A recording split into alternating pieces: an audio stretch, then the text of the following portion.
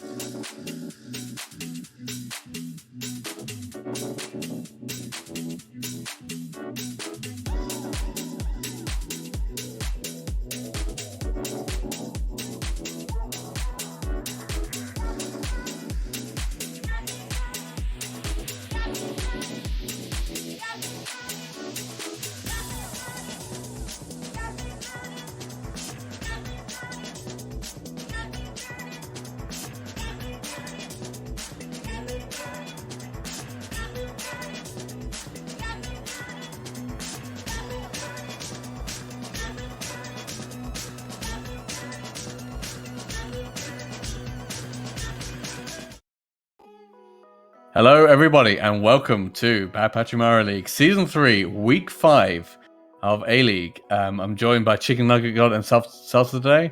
And Hello. I mean, this is it. This is the last week of the regular season for A-League.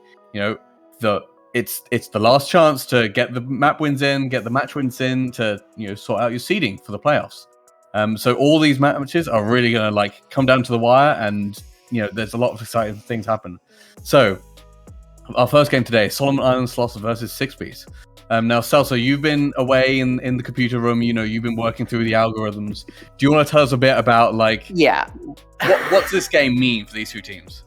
Okay, so we have 16 teams total, and all 16 teams will make it to some form of next round of games. Play-ins? Yeah, play-ins.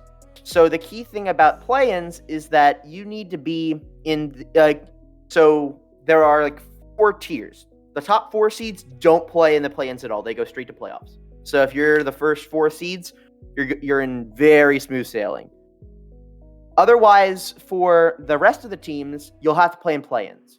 That's 5, 6, 7, and 8. They'll get a bye, and some of these 2-2 teams currently coming into this week will be able to play to get in those spots. So it's very important for them to be in that spot. Otherwise, a lot of these 2-2 teams still are basically on the cusp of staying in this range of 9 to 12, and that's the range that they'll be able to at least pick their seed, but they'll have to play in that first round of play-ins, and they really want to avoid that. And so the teams playing right now, 6-piece and Solomon Island Sloths, they are going to be playing for that key position. Both teams are 2-2. 6-piece is currently tied for 7th. Solomon Island Sloths are currently in 10th, with just a map splitting them. So it's very tight, and if either team can come out with a very clean win here, they can at least skip that first round of play-ins, which is kind of the key stakes of this match. Big game, massive implications for this match. And definitely because the top the 5 to 8 pick their opponent from round 1, right? You'll be able to not only get a bye, but you'll have a bit of tape on your opponent going into the selection. Really important there. So Chicken. Now out of these two teams, I've heard you're quite familiar with one of the teams. Do you want to maybe give us a bit of a talk, maybe a bit of propaganda almost? I'm really excited for this match personally. You have God Gamer Guac. You have God Gamer Paul. This is just, can't forget Cinex. Guitar, my personal favorite. You just have a God Squad roster here. This is just, no memes aside. This team could pull in some wins. Hopefully it's today against, a Texas team. They got a Mickey Mouse loss last week. Obviously Texas had to go trick-or-treating. Gotta respect that. So Sloths are coming in with, trying to get a nice win here, especially after their two-match loss streak. I'm pretty sure they're really itching for a win this week. Yeah, absolutely. And, a very important win if they get it as well. Let's take a look at our rosters here because, you mentioned obviously all the 6-piece players, but you got Texas Money Jr. back in on Solomon Island Sloths. Obviously, like a star DPS player for this team. Jen on the tank, a lot of like good players, I think, on both rosters. And I think the records show that these two teams, I think, are quite close, and it could be up to either one to win. Although, if you had to give the edge to someone, who do you think it would be, Salsa? Ooh, I'm going to play devil's advocate and maybe lean a little bit towards Sloths, just because I know we're going to have the propaganda machine of Chicken for the rest of the cast. So maybe I have to lean there. I definitely think it's very close. I don't think there's a clear this team is the better one of the two. I don't even think there's really it's easy to say that for some of the matchups of the tank lines and support lines. So I think it's going to be really tight, and I think that's a really nice thing to see in this final week. Oh, we're in game. It looks like we're heading into Basalt. We're straight in the game. Okay. Let's go. Yep. So I'll leave you to it. Take it away, Chicken and Salsa. Okay. So we're on City Center. Gotta get into this. It looks like we're doing 2 dive comps. Well, 6-man's running the 6-piece is running the 6-man. Sorry, it's the altered 6-man with the Tracer. Yeah, basically. Yeah, Tracer is just such a strong hero. Being so elusive, having that weird hitbox, can put out a lot of damage. Just one of the key, heroes of this game. You'd see Sloths are playing the same thing, but Texas is running the legs, and I'm a big fan of the legs personally. Yeah, I do like to see it. I don't necessarily know how effective it will be. 6-piece just kind of running, trying to flank. They're on this big rotation right now. They're on a massive rotation. They're going for this backline. It seems they've been discovered, but they're going in anyway. Oh, and Paul gets flailed. That's not good at all. Doc is now the only source of healing here for 6-piece, and Guac is just trying his best to stay alive. They're doing their best, and they do end up getting Expo, I think. But this is really good. It's really good. Yeah, I mean, it's a really good fight for Sloths here. I don't really understand the rotation call. I think they're just trying to get someone out. But Paul does catch Texas, so maybe that's the opportunity that was needed.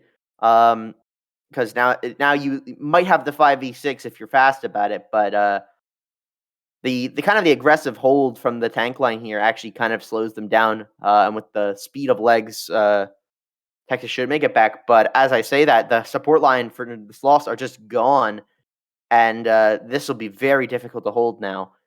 Yeah, the EMP. But they're doing it. Oh, but as you say that, Sloths are somehow turning this around. They're all really low right now.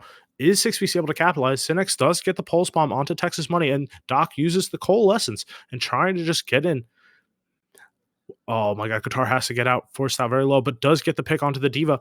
And this is just a brawl here. We're at 60%, and 6BC are investing a lot of ultimates here for this fight. The EMP, another EMP comes out, but it doesn't matter. The picks are still coming in. Guac does trade the Illuminus out from Paul, but it's just a massacre here. I think Ani is on Expo. I'm not sure who this is, but yeah, this is just a super scrappy fight here for Sloths, and they somehow come up on top. They're gonna stagger Canada, and this is just rough here for 6Bs. It's brutal. So many researchers poured in. That was 2 EMPs. Honestly, when you called the first EMP, I looked like a good 10 seconds later and saw the ult charge. I was like, wait a minute, I don't think they used EMP. They did use it during that fight. There was 2 EMPs, and they still got squat, which is really bad. And now 90% towards the Sloths, and they have to make a desperation touch here to be able to continue this match. Definitely. The overtime clock. Can they touch? Oh my god, Guac almost gets body blocked. They somehow get the touch, and it doesn't matter though. Texas gets 2 right off the rip, and the legs coming in with the visor gets Canada in the corner and shoves him in the locker. This is just and then teabags him, and then emotes. This is a done round, 100-0 for 6Bs or for Sloths. Sorry. I mean, very brutal. Just really really dominant. I mean, I think honestly, I didn't actually mind the Tracer pick once I saw Sloths comp with the ball. I think that usually you want to have the at least from why I come from B-League, you see a lot of the Reaper play because you can just tear through the tanks if you're going against a Rush or another 6-man comp. But the ball is a bit more finicky to deal with, and the dive aspect of it is good. But the weird rotations they took at first just meant they couldn't gain any serious momentum, and then the Sloths just kind of staggered it out. You see in this fight, it looks to be kind of a Rush mirror. We have the Zarya sighting, and again, so very interesting. And Paul immediately taken out by Texas. The Doomfist doing work. That's not good here for 6Bs, and they're instantly backing up, going so low. Doc using the amp heal, but still goes down. This Genji pick is such a weird curveball, and it's somehow getting away with it. This is not good here for 6Bs. Now, Synex makes the swap onto Widow. Yeah, goes back to Doomfist. I don't really think you can accomplish much with Widow here, but oh my god, Texas Money is in the corner. He has the Bucky, and he gets Paul right off the rip, and this is just not good. 6 players did not at once check their corner against the Doomfist. Oh no. That's not good. It's just such a sneaky play. Nobody's really ready for some stuff like that, especially when he's doing it again. No, not again. He's in a different corner now.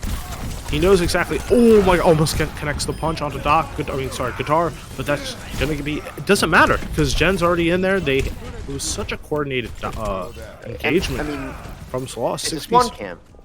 Yeah. Stop. They're just being suffocated into the rooms right now. This is such a tight corridor. It's so hard. But Synex is back on the Widow.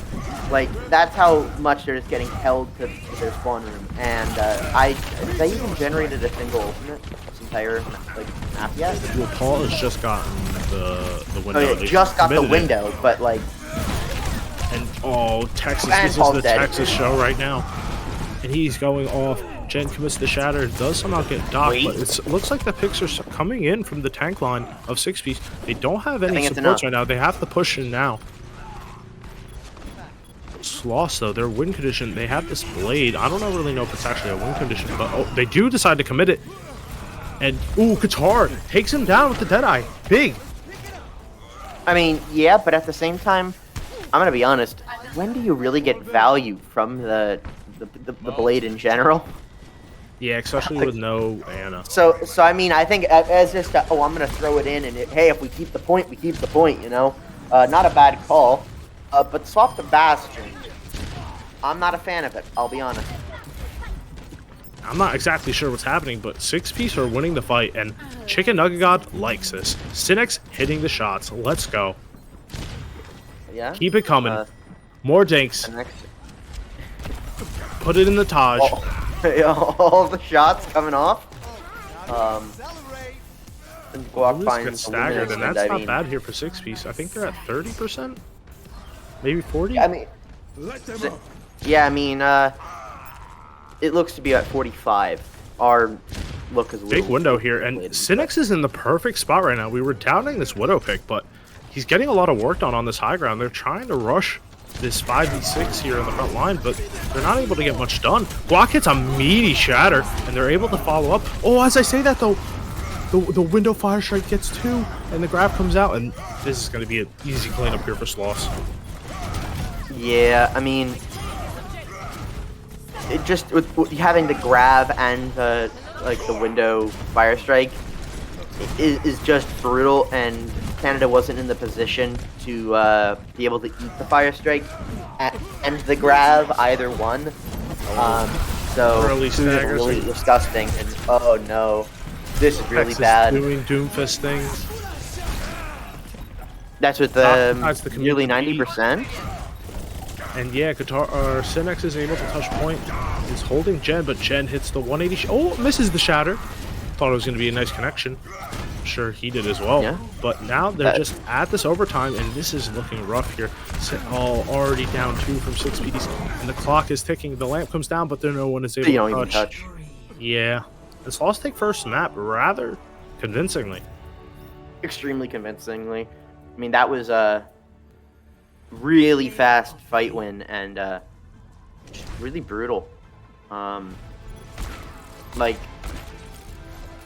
the way that they kind of try to engage in that last fight, like that 6-piece, when they last had control, it was just so difficult to find where they wanted to be, because they immediately got hammered down. Like not hammered down, fire strike. Like, they lost half their team almost immediately. So, like, that fight was just lost from the get-go. And they never really could gather the pieces back to really stabilize. I think that last fight could, obviously the window fire strike. Gone the other way. That was probably the only first fight that they looked like really coherent on, if I'm making sense, like leading up to that.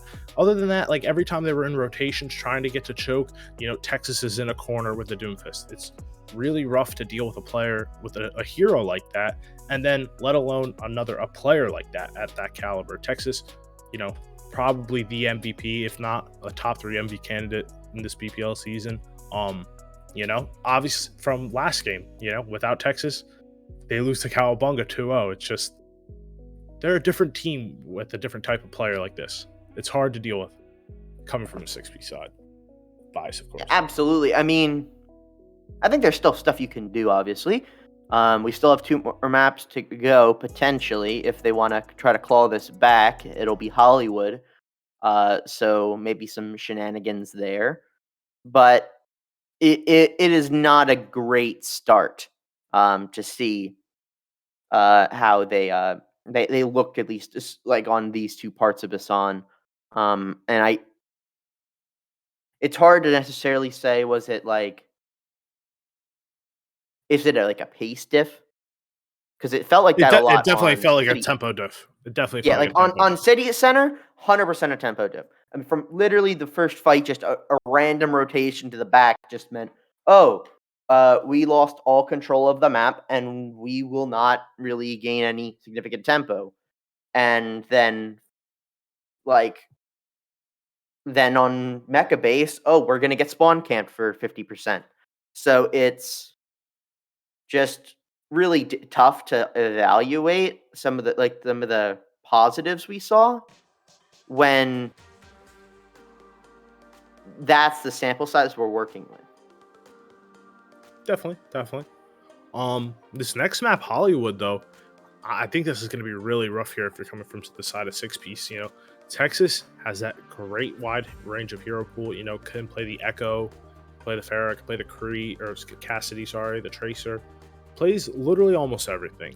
And with this high ground control, I'm very interested to see what 6-piece decides to do. I'm interested to see what both sides do, obviously. Yeah, I mean, you're right. Like, I think on Hollywood particularly, like the amount of comps, especially on attack, like on A particularly, is so wide that there's like, it depends on really how the defense plays, but you have such a potential like large list that their DPS line could do a lot. It looks like they will be defending first, so we will not get to see that quite yet. But looks am I like wrong? We'll be going to the 6-man. Yeah, you'll be heading into the game. Don't worry. Here we go. Yeah, I saw another screen for a second. I didn't know if I was lagging or whatever. It's fine. Worst is the GOAT. He don't give Worst any problems. No. It was fine. I'm not talking to you. I'm talking to the viewer. Talking to the viewers. That too. Nobody True. give Worst problems. He's the best. Yeah. Now though, as we head into the map, 6-man or 6P. Oh, I'm getting this so confused. This is my team. I was doing it yesterday. Yeah. 6-piece will be running the 6-man again. Looks like they're going to be having Paul onto Lucio again. Pretty interesting. I guess they don't feel very. Doc must not feel very comfortable on the Lucio role, knowing that Paul is just a great flex support. But Sloths will be coming in, and they're going to be having this ball, obviously a ball comp with Jen, and they're still playing. Oh wait, no, Jen's gone. Wait a minute, we've missed something really big here. Jen is on the Sombra, and Illuminous is on the ball. Very, very interesting. And Yeah, Cinex I has gotta be scouted out Jen and is trying to get him. Got 1 HP, but goes invisible and is not able to finish off the kill. That's super, super upsetting. And Wolby ended up getting tracked down by Jen. Block is able to trade it out. And this is just looking really scrappy here. Guitar is going for this ball on the back line. Decides not to go for the health pack. And Jen is able to know with the wall hack that Block is super low and just peels it. You know, I think Overwatch is in a great state right now, except Sombra. Sombra does not need wall hacks. That's it. That's it. Yeah, you're not exactly wrong. I mean, I think, to talk about Sombra a little bit more, I'm surprised they still want to play Illuminous on ball when they have the Jen moving over to the Sombra. I mean, speaking of, both DPS and Illuminous are dead, so this fight's probably going to 6-piece, but the 6-man EMP, and there's no follow-up. Does not do anything. Yeah, just an unfortunate outcome towards that fight. That was kind of what I was worried about, is the ball doesn't have the most staying power on Hollywood. You usually rather have a shield there. And it's like, okay, it's Jen playing, so Jen's ball is goated, so who cares? The best ball in BPL. Yeah, so it's like, I don't want to say Illuminous is bad, because Illuminous is not, but I don't necessarily know if the ball was the correct selection. I think like a Winston would be a bit more. Come on, Glock. Nice. Okay, it's hard to know some of these decisions while not in the team environment. Of course. You know, maybe they just want to have fun. It might just be they want to also play with the same compositions. They know what they're used to it, so they'll keep the ball in play. Ooh, Glock. And that's probably reasonable. Nice struggle. Just another 2 in the corner. Guac is going kind of bananas right now on the monkey, and Ryu gets a remake kill. This is still somehow way too extended, though. If you're on the side of 6-piece, they're still able to stagger on, but it shouldn't be for very long. As I say that, though, Illuminous slams, and that will be the cap. Escort the payload. And that was really, it was a 6-piece win, but that was still really long. If you're trying to finish those staggers. I mean, it's ridiculously long. I mean, they won that fight for a good 90 seconds, longer than what they needed to have to actually cap the point. And if it was like some other maps, maybe that's acceptable, but it's Hollywood, where it's a little bit, it's a kind of a walk to get back to point. But the cart's now rolling pretty strong. Sloths are trying to hit this high ground, and the visors pop to try to force people out of position, back under cover. Does the job well enough, and Doc is found out with the rocket. And this is really rough here. Ooh, Guitar gets the pick onto Jed. And this is somehow winnable, but Texas is on this high ground. This high ground is so deadly here on this map. I know from experience.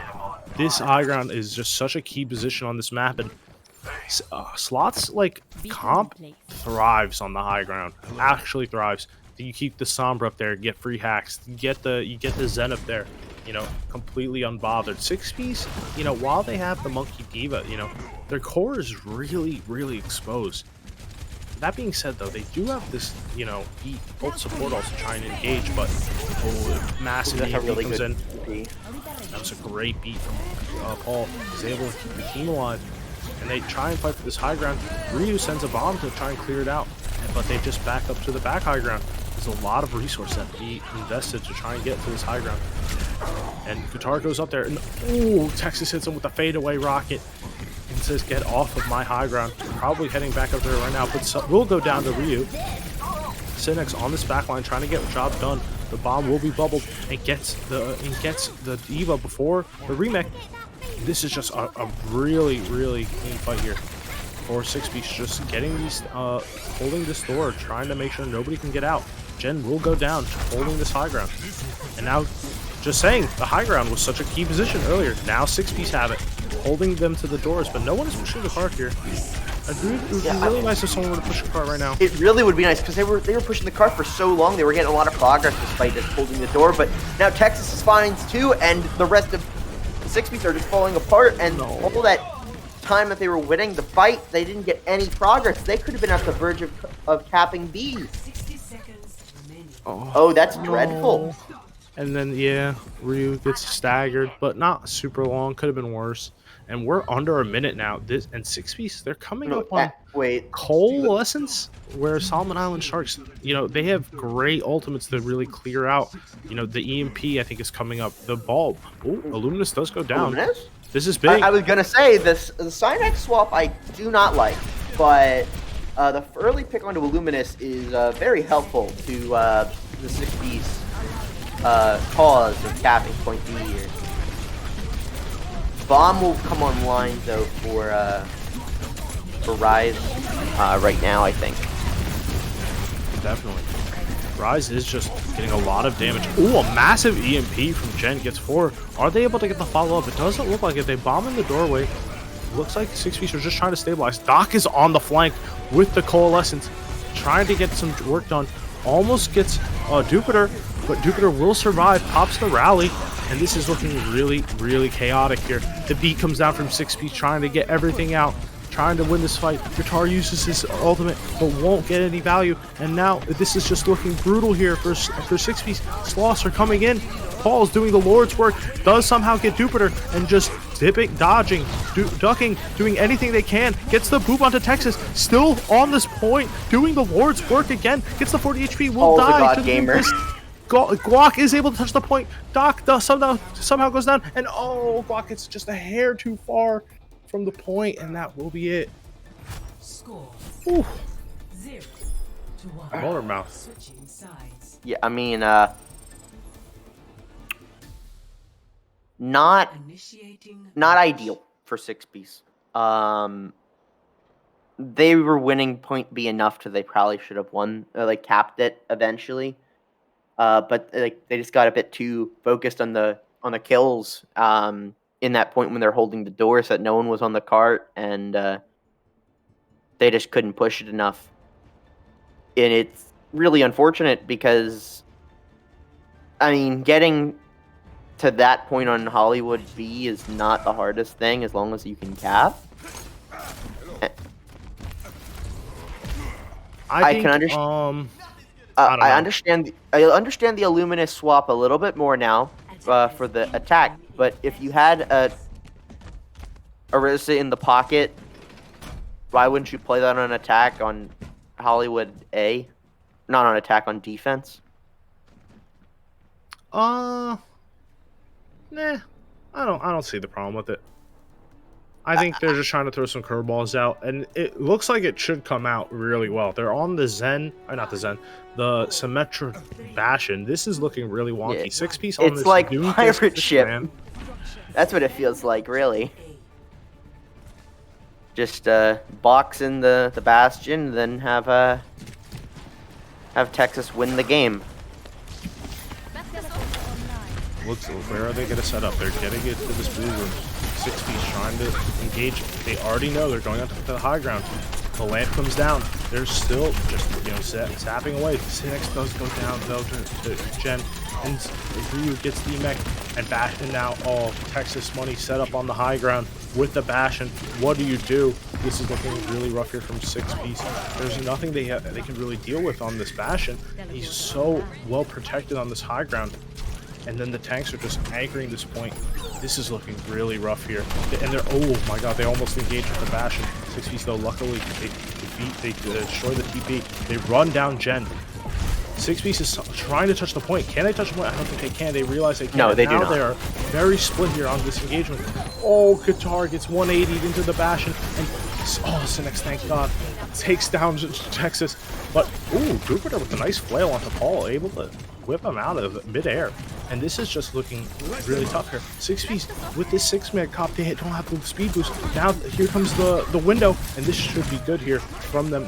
They're all in the corner. They come for the aerial attack, Predator Strike style, and it does not work out here for Guac and Cynics. Yeah, I mean, oh. Oh, Doc, no, Doc, run away, Doc. On attack. Guitar, no. This is... And this is such an interesting strat. I love Overwatch. This is like, you shouldn't be able to get away with this kind of stuff, but these kind of things can happen, and I just love this. I love this game. This is such a wonky strat, and it looks so well. It's such a great curveball. Like, there's no planning around a comp like this.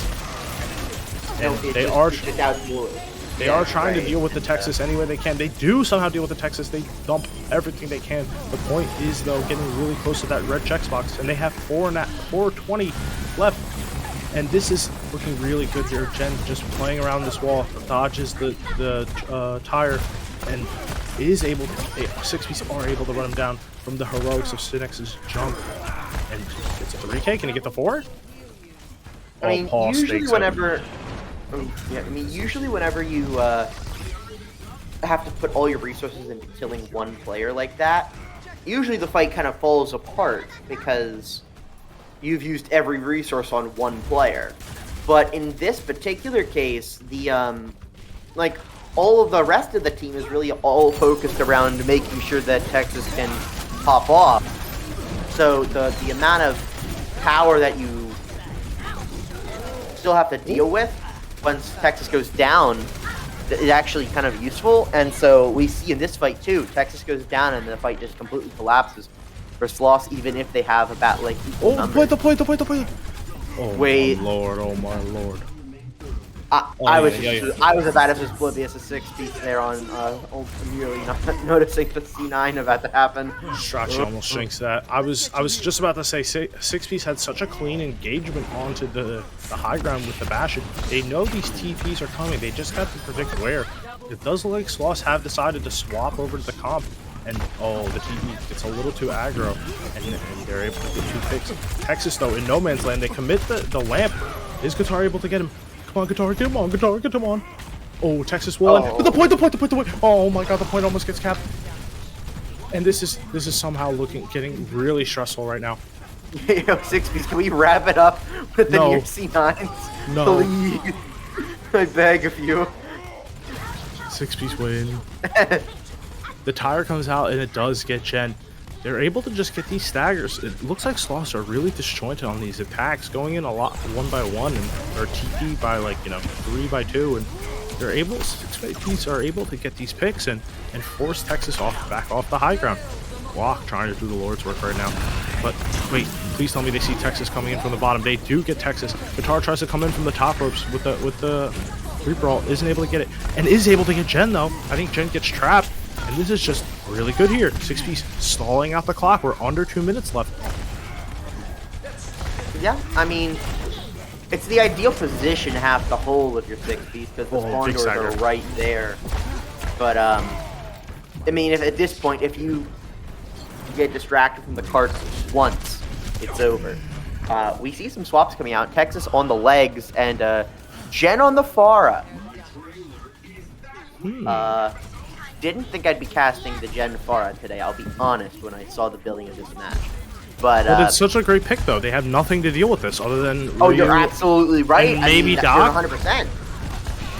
Like, they don't have much high ground control other than just camping up there, and if they can't up there, they risk getting C9. But Qatar gets a big, massive pick here onto Deanna. Texas is able to trade it out onto Cinex, and, you know, 6-piece star DPS player goes down. Paul able to get Jupiter. Don't know where she was. I can't really see. But, oh, Illuminous has to back out 100 HP. I mean, yeah, no, supports. They have to get out, and, oh, the stagger on the D.Va. Oh, no. Wait, Qatar, why? Okay. Kills the D.Va a little bit too early, but I mean, honestly, I'm surprised that Cynex did not want to swap when he got killed there. Oh no. Oh no. 2 already. Paul and Guac are down, and it's now a 4v6. The pool is going to have to be massive here. But Ryu's purple, so this bomb has to be huge. Texas Jr. goes down for the Death Blossom. The bomb finds no one, but it at least allows just a little bit more point control. And the res comes out onto Texas. That's huge for Sloths right now. And Illuminous just juggling Cinex into the corner, and this is looking like the end of the line here for 6-pieces regular season. Paul is able to trade out the pick onto Deanna, and Guitar somehow gets Illuminous, and somehow it might be winnable. We're in overtime, but the fair is in the air. There's not much to deal with it. Guac trying to swat him out. Ryu goes down to the fair. Guitar uses it, and the Tire is able to get the Mercy. This is somehow winnable, but it's a fight. It's 4v3. Texas doing so much work for this team, like always. And that's going to be game for Sloths, 2-0. And yeah, that was just, you know, it had its good moments. I mean, I'll say I have seen cleaner 2-0s in my life. And I've also seen dirtier 2-0 in my life. Like, it's just very back and forth in this map, which is a good parallel from Basalt, but Sloths ultimately take it in the end. Welcome back, Ippy. How are you? I'm back, thank you. I mean, I'm great. I watched a lot of weird Bastion play. You know, Bastion seemed to be the name of the game in that game. You know, teased a bit on Mecha Base, got great value there on Hollywood. It's a bit odd, but, you know, like you were saying, you know, that's Overwatch. Sometimes you bring out the wacky strategies that your opponent doesn't expect, and it works. And, you know, it works for Solomon and Sloths. If there is a good takeaway from 6-piece, there's so much we can talk about with Sloths. Don't get me wrong. Paul's Lucio. I've never personally seen Paul's Lucio. Paul's Lucio looked really good. I was pretty happy with it. Other than that, you know, a lot of stuff from Solomon, like just the pure tempo, looking super good on Busan, just able to, you know, choke down these points as soon as 6-piece want to engage on anything. 6-piece trying to, you know, they leaned a lot onto the 6-man comps, and, you know, if it works for them, it works for them, but it looked really rough being able to, not being able to, but mostly playing one comp. It's just super predictable and easy to play around, you know? Yeah, absolutely. And I mean, MVP. Yeah, I'd definitely say so. You know, definitely good play on the legs and the Bastion throughout both those points, really. And, you know, the Doomfist on Mecha Base as well. I mean, raining terror in the back line, you know, coming out from the corners, you know, eliminating the BAP immediately. You know, great play. And, you know, we were saying at the beginning of the match as well, that win for Solomon and Sloths makes their standings look really good coming into the play-ins. It's not guaranteed, obviously, we've still got a lot more games to play, but that gives them that leg up and the possibility to get that first round bye in the play-ins. So well done to them. You know, hopefully they get that. Obviously, they're looking for it. And it looks like that will be us for Do we have any interviews? this first match. I don't think we have any interviews. So we're going to throw it to a break, and then we're going to come back with something very interesting. That was the most interesting game in BPL Season 3 entirely. So see you after the break. Bye-bye.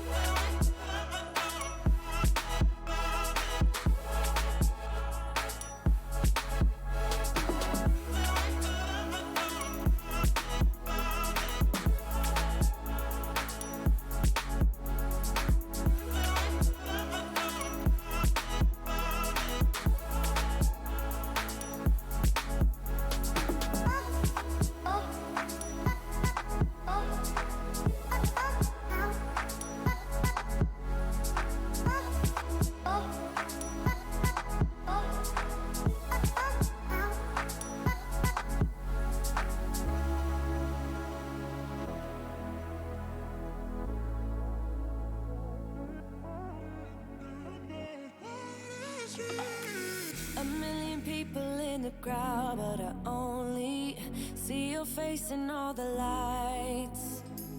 And as the bass keep pounding on me, baby, I really wanna make you mine.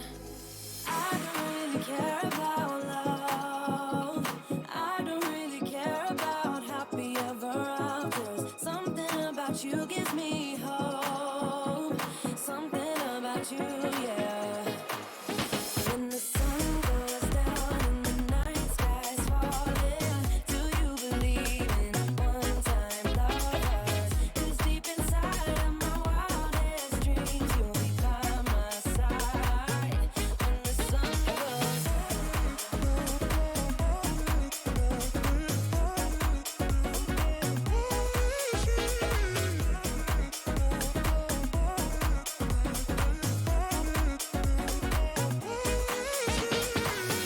city dancing through the night, but I'm not there.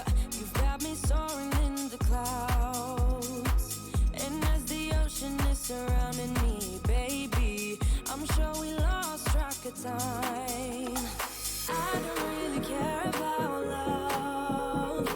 I don't really care about happy ever afters. Something about you gives me hope. Something about you, yeah. When the sun goes down and the night sky's falling, do you believe in one-time lovers? 'Cause deep inside of my wildest dreams, you'll be by my side. When the sun goes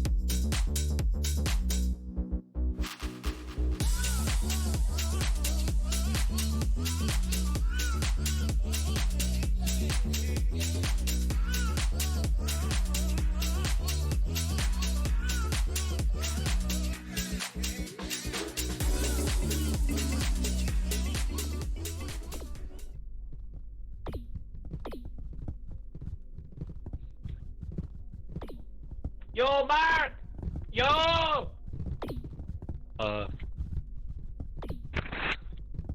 Let's go, guys. Let's go. Yo! Let's go. Hello? Hello? That help? Is anyone here? Everybody mute. Yeah. Deafen in chat or mute. I'm just gonna You're deafen. being Yo, chosen.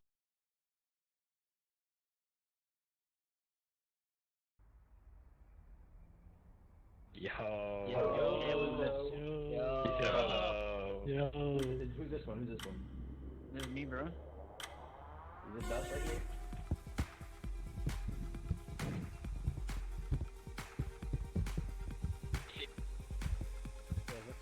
Meatball Paul got the bomb. Oh shit. Oh shit, run! Run! Get away from here. Nah, Truce. Hey, yo! Hey, Bing chillin', Bing chillin'. Bing. You're fucking Bing chillin'. Yo, Ponku got that bomb. Yo, what's up, bro? Like, if you jump and slide at the same time, you can get up like certain stuff like that. Let me try. Dude, he's got a fucking bomb over there. Well, how much HP you got? What the fuck is this? You got 15 Bing HP. chilling, Bing chilling. Bing chilling. Yeah, What is happening? Stay away from me. jump up on the brick. Hey! Oh, what the? Hi, man. Alright, so I jump up on the brick real quick. Hey, yo, what's up? Yo, eat my ass, Illuminous. Yeah, jump up on the brick real quick and I'll show you a little cool little trick. No. Get his ass, get his ass, get his ass. Who put that head there, bro? Oh shit! Holy. Holy. Hey, you take fall damage. Yo, he's coming the other way. Hey, we truce, bro. Yo, Robbie on the chimney. Robbie, what's up, Robbie doing? Hey. Yo. Yo, Bing chilling. Yo, Bing chillin'. Bing chillin'. Bing chillin'.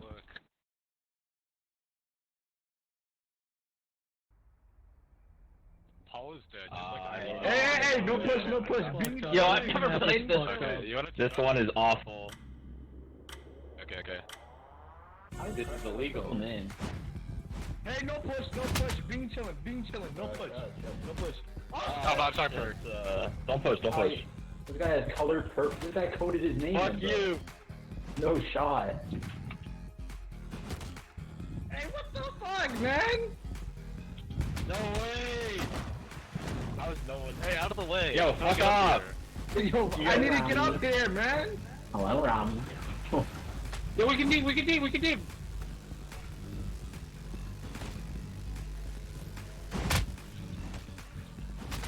Fuck off.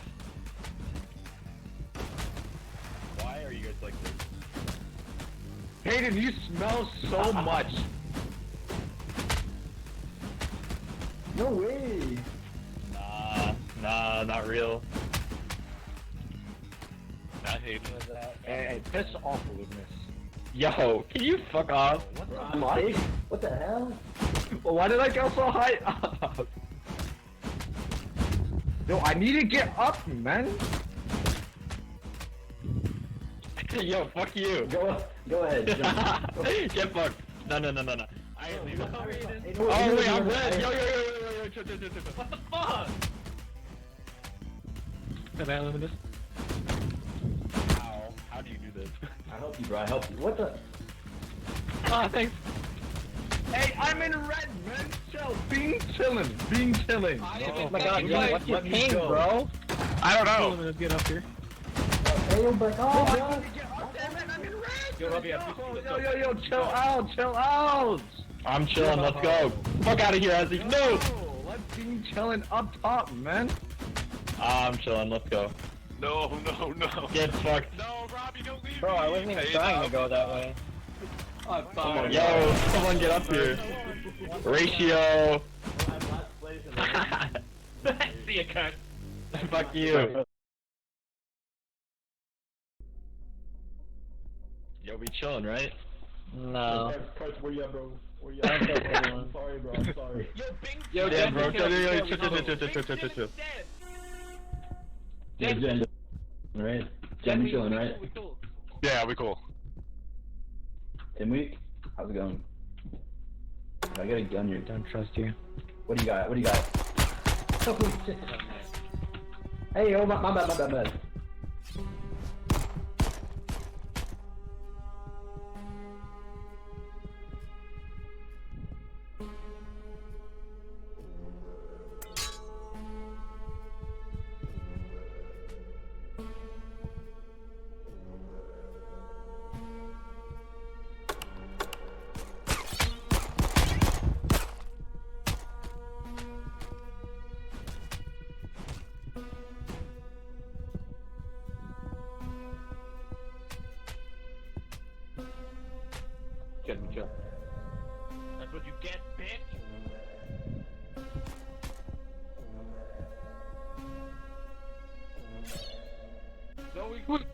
cool.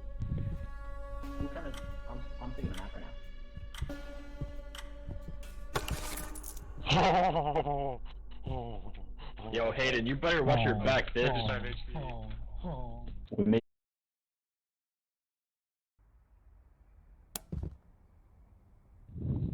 we got Pirates 5, we got Stick. Dan. We got Hayden's made it. No, no shot. Who was it, Matt?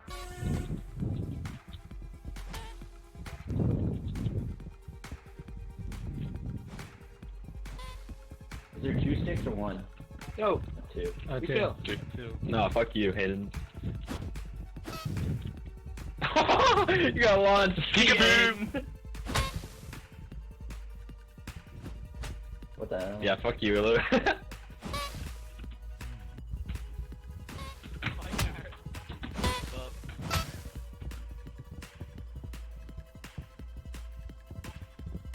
No, I hate you!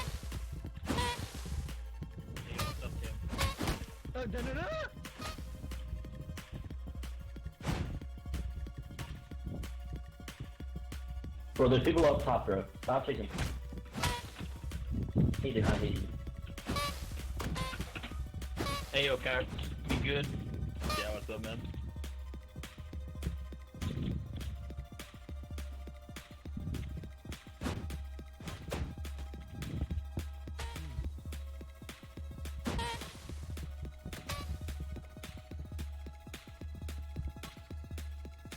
Yo, you guys are dead.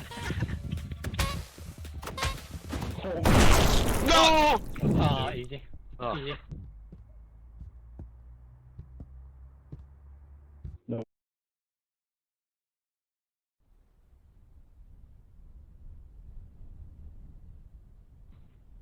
Yo, I fucking hate this one.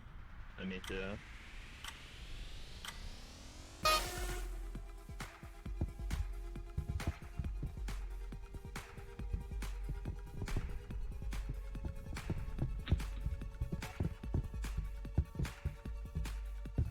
Hey, yo, Tim. What's up?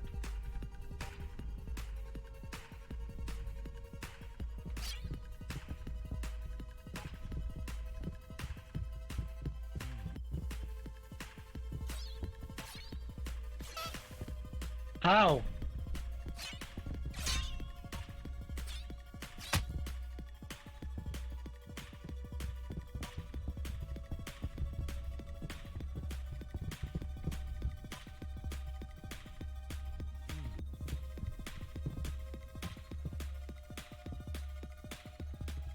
Hi there. I won't kill you. Hi, Illuminate. I just juked that kid out. I don't know who was the killer, but... It's Cat. Fucking hell. Oh my god.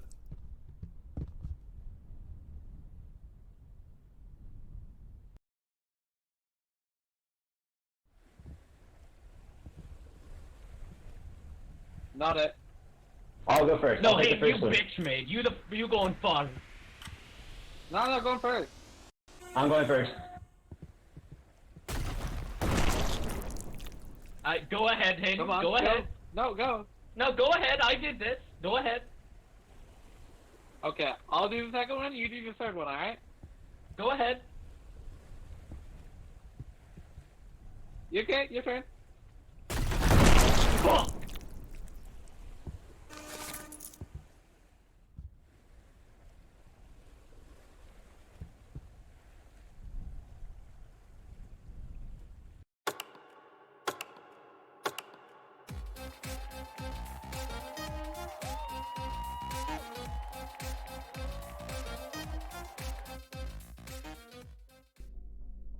Yeah, yo, being chilling.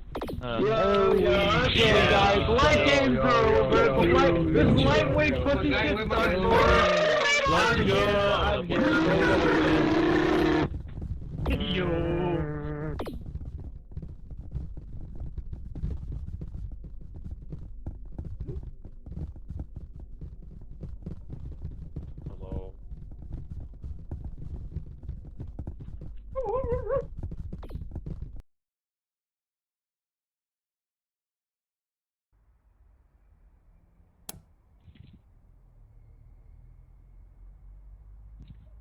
Stop second.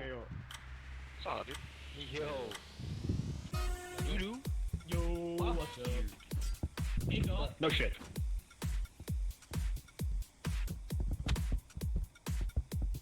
Fucking move!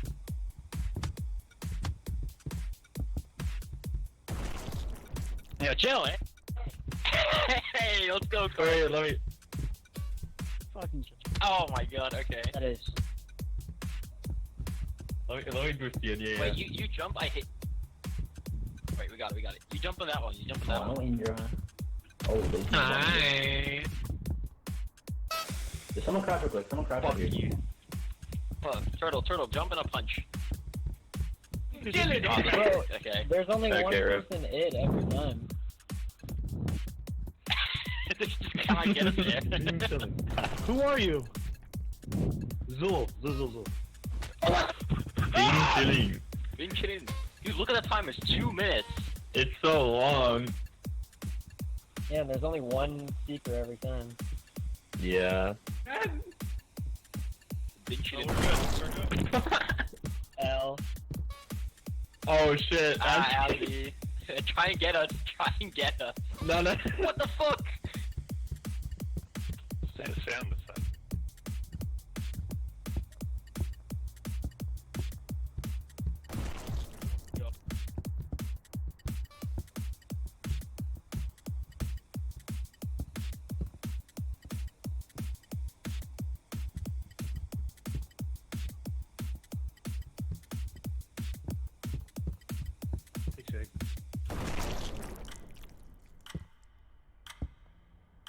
Sig, I can hear you. Where are you?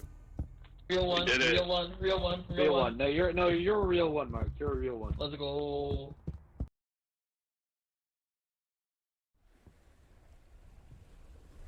Oh my god, there's so many flat dogs. Even if so many people. I will not push you, but you better not go towards me. No. Let's go get Timmy. Let's go get Timmy. No, we don't. Only real ones jump around the whole time. Hey, don't come over here. Oh my god, you guys, the islands are going away! Done. Do not come over here. Don't do it, Chicken. I'm gonna die. I feel it. Leave me alone. You actually just killed that guy. You're a little murderer. You are a murderer. I am not. Rob, you rather have just seen him murder that I guy. didn't see. You, oh my god, no way. What's up, Butters? You get out of here. You get out of here, I Hayden. just want multiple options. It's like a Hayden, fire Hayden, escape. you get out of here. Hayden, I Hayden. might have to come to your platform. I won't hit you. No. If I have to come to your platform, I won't Hayden, hit you. Hayden. I haven't moved yet. I'm on the Right. right. rock. Go, Victor, no! Fuck you. Hayden, we gotta work together. Okay? Hayden, I killed somebody. Oh, fuck. Please, Allah. They had to come to the Hayden. I'm sorry. My platform. Run, We did it! Good job, you guys! Big chillin'! Yeah, big chilling! Big chillin'! Yeah! Hey, choose. No kill, man. Yo, I'm gonna fucking kill all of you. I'm gonna kill all of you, Fuck okay? you! Fuck you! Pillows. No quilt.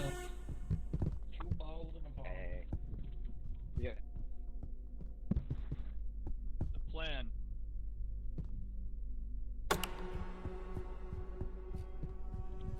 Whoa. Ayo, Robbie. Hey, we chill. Alright, you wanna go kill some people? I don't know, I'm pretty scared.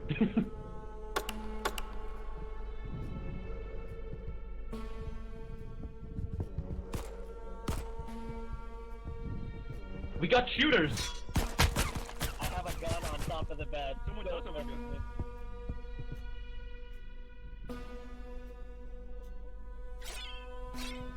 I hear swings. I'm running. Oh, don't kill me. Oh, my bad.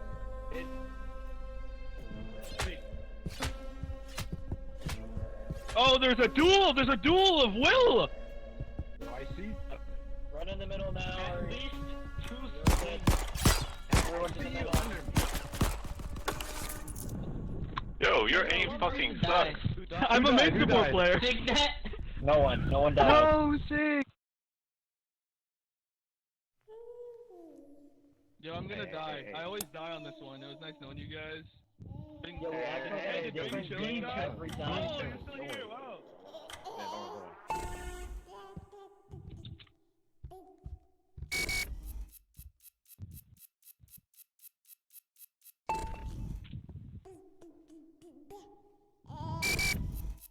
All of us are God soldiers. Who's breathing into their mic?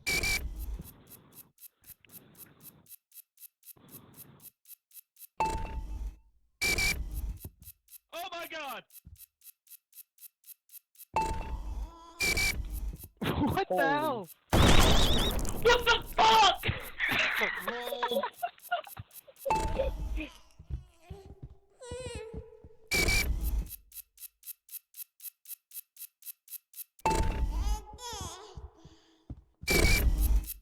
How softly doth the Oh my god. Hey, Don't. Wow, looks like a guy. Who is that all the way in the field? Anyone still In the out? middle. Hey, don't fucking push me. Oh shit! We can form a wall. Wait, We is can anyone form a slapped wall. there? Wait, dude. Yeah. Bro, I ain't blocking him when these shooters can push me over. I don't trust the Robert. It's How's he Chef. push him? How's he go push him? Azzy, Butters is GM. We should push him instead. What? No, why would you do that? Hey, pizza Guys, I lived! Woo!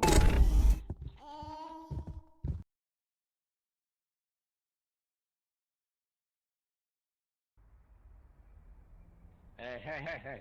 I'm- We get over here. I'm We get gonna over here. lose now. Hey. Choose.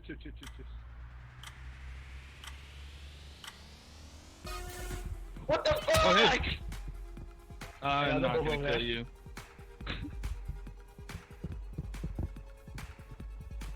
Hey, man. No, Rob, don't do this.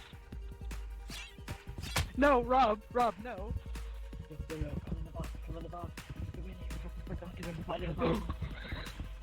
They're all down here below me, Azzy.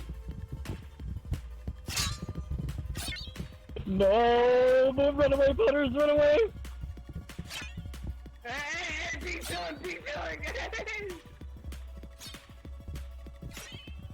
Oh, take leave me alone. Where's the other guy? Where is he? I'm not going I don't there! have to do this, but I will. Hit space at the top to go faster. Hey, come on, leave me alone, man. We can talk about this. Hello, Butters. Oh, dog. Oh! Wait, what? Oh my god! Wait, what happened? Hey. How am I not-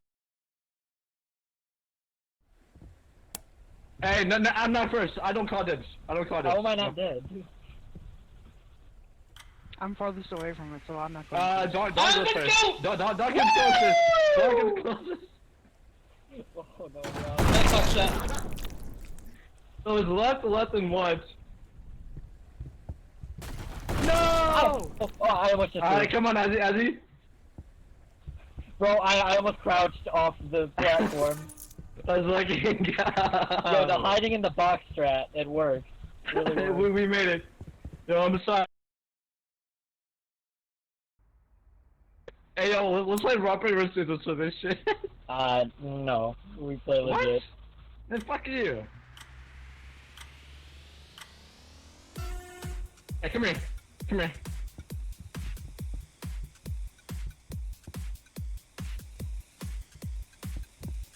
Aw, dude, fuck this middle part, man.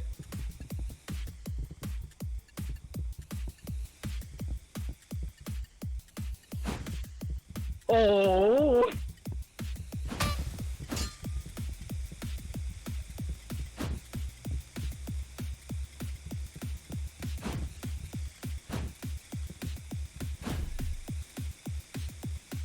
Let's fucking go!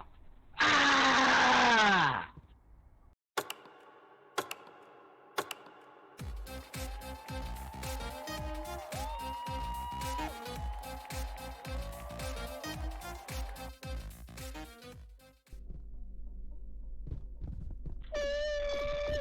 Bing chilling. Bing chilling. Bing chilling.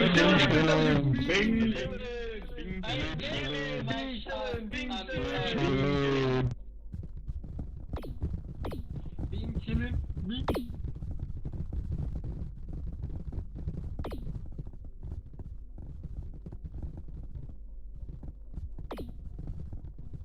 I don't know what that is. Hey, yo, can we wait to ready up like 10 seconds?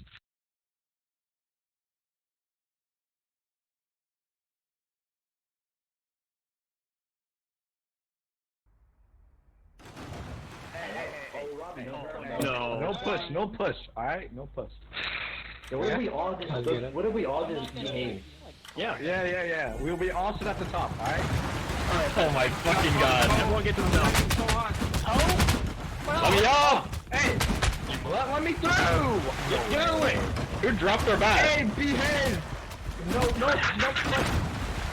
Stop. Sleeping, fuck off! Sleeping, you fake 7-piece fan!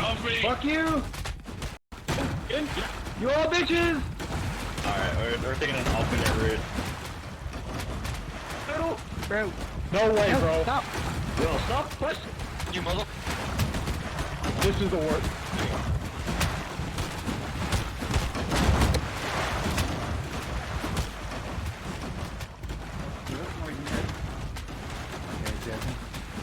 Yo, some fucking hoes!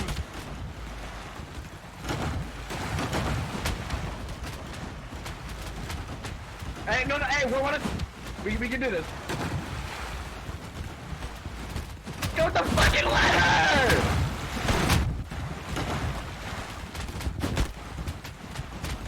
Oh, fuck me. No, let me up. Oh, dude. Please. Shit out of you. Really don't want to die. I need to get this money for my kid.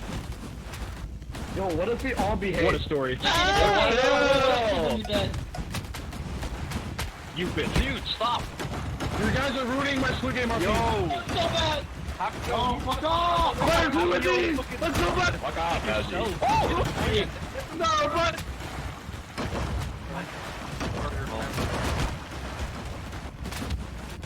Let me...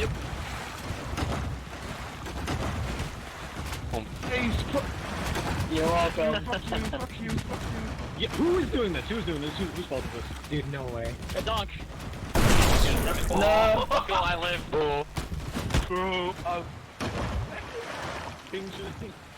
This is...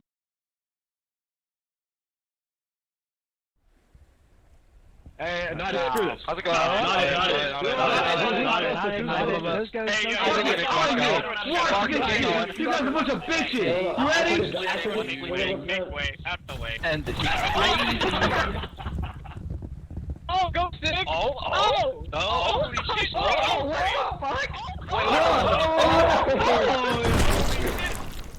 No, they pushed me! Ooh! Nick's cock is at least 19 inches. No! This guy's a fucking animal! Oh! I fucking rolled him. Hey, bean chilling. Fuck you! Nah! It'll hit me. Yo, it's the left one, guys, it's the left one. I will end you. We can still push people off here! Get protein, he's finished! Nah, get He's finished! Get him! Get the bread! Come on! Go. Get in. No!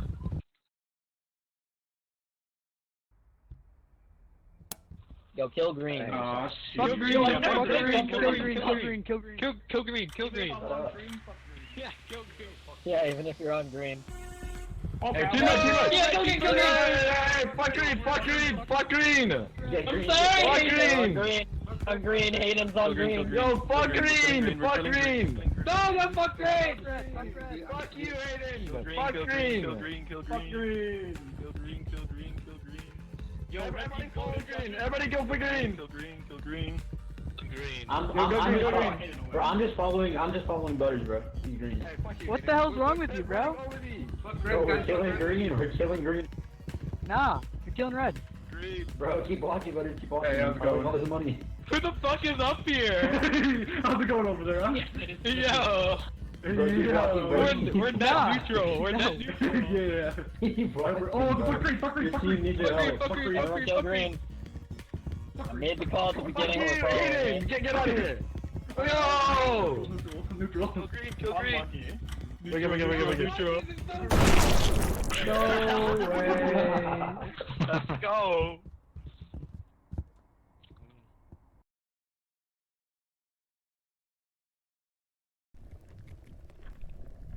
Hey. Hi. Hey, what's going on? Chilling. Hey, you been chilling? Yeah, man. Chilling over there. I had to just in case.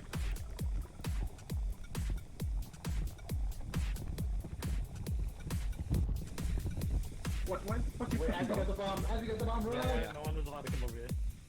If you get bombed, can you jump off the edge though? No. Don't wait the fuck out! Oh my god! Wait, what the fuck? No, like this! You did not come off. What the fuck? Why do you slide off of that? Was that sign? Yeah, it was fine. It feels so You bad. get the bomb and boot him off. Oh my god.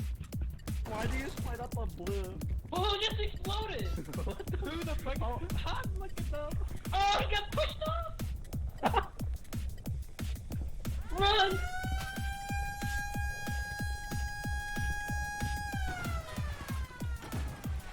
We thriving over here. We chilling. We've been chilling. Hey, shoot, one of us gets bombed. We gonna go for each other? Yo, we chillin', bro.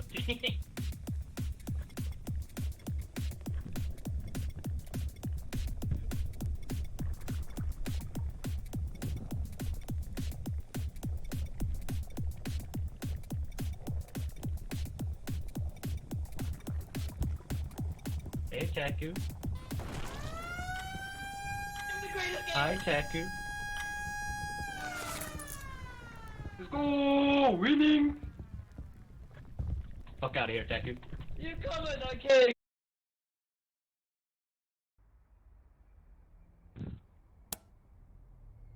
Hello, Teku.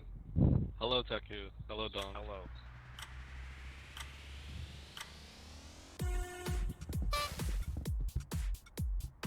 Give me my hat back! Yeah.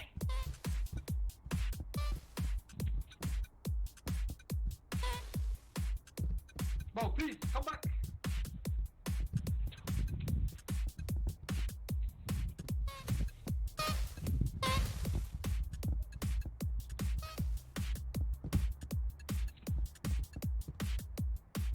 I just tagged two people when I had the hat on, Flex.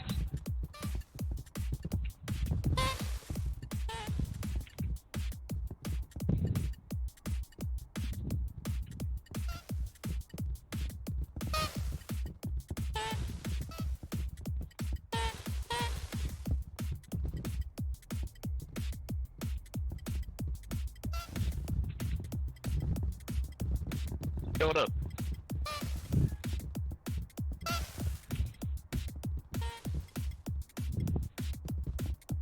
I don't have a hat?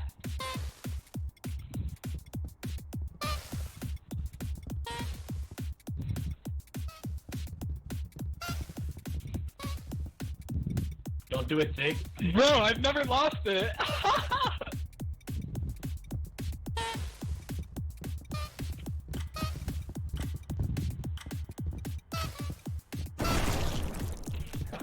I've been chillin'.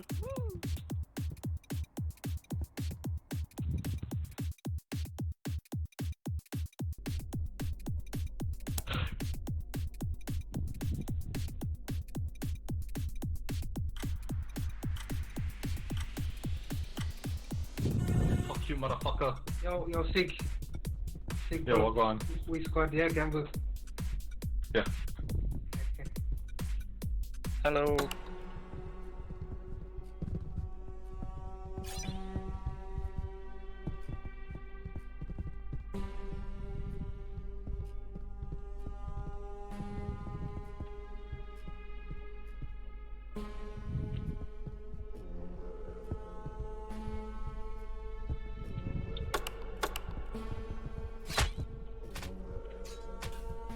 Oh shit, murder going down. Oh, I'm alive. I'm alive. You're alive? No way. No way. Help me. Somebody help me. I will avenge your protein. Hey, our protein isn't dead. We good. Oh, you a bitch. Wait, protein's not dead? No. I'm living. Protein's dead. I'm living. Please. No.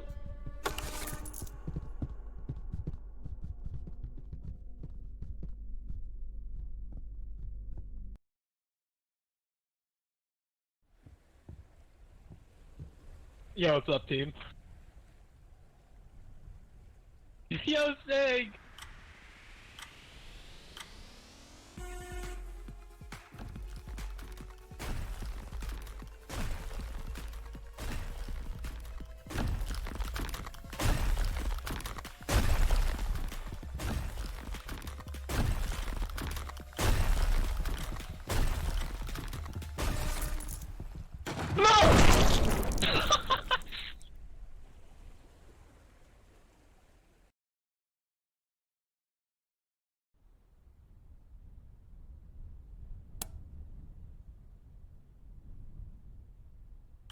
For the people! For the people!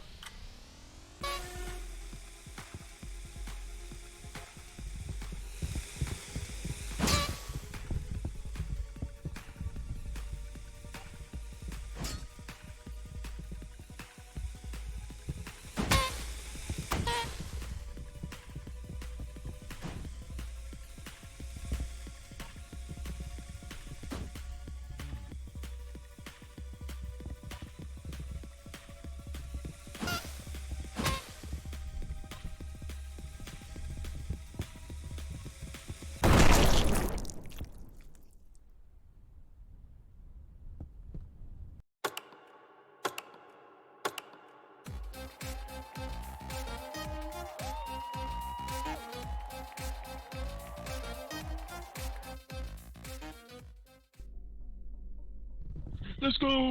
Yo, yo, yo, yo, yo, yo. Yo, where are you? Yo, penis. Alright, this time I won't die. Rafa has fucking 250 hits. So bad, where are you? Ebony, cause Like in the servers.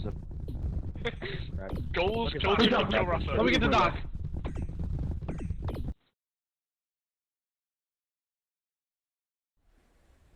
Oh god, we start with Hey, dude. Hey, we being chillin' right here, alright? Being chillin'. Being chillin'. I am chillin'. Hey, fuck off, Pog 2! Hey, We chillin'.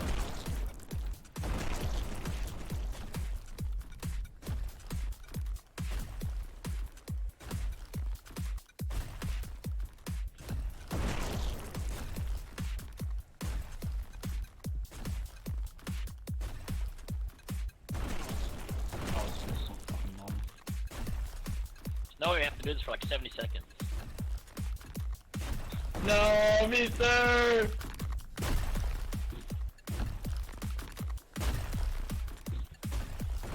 Hey, Justin, how you doing, man?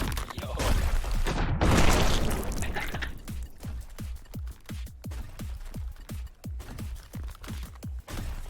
I don't like how there are two massive. I'm kind of scared. I just got a DM from chicken, and I can't check it! Oh.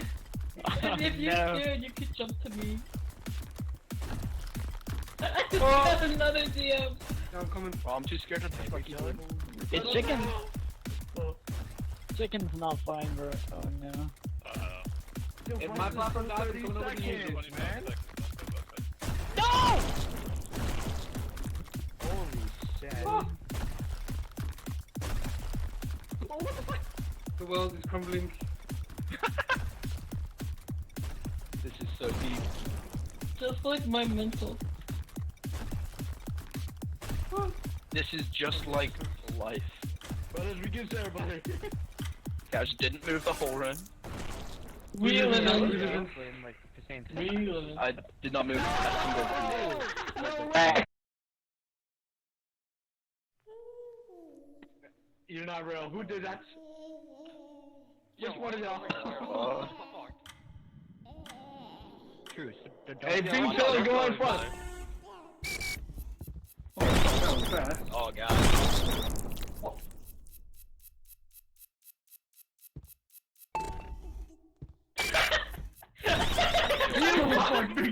I pushed him.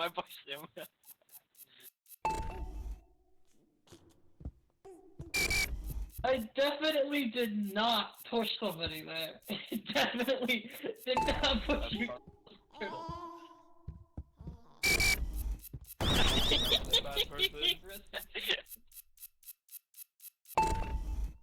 I've turned British. You do what you gotta to survive. Did you say you turned British? I'm so scared. Oh god. Shit.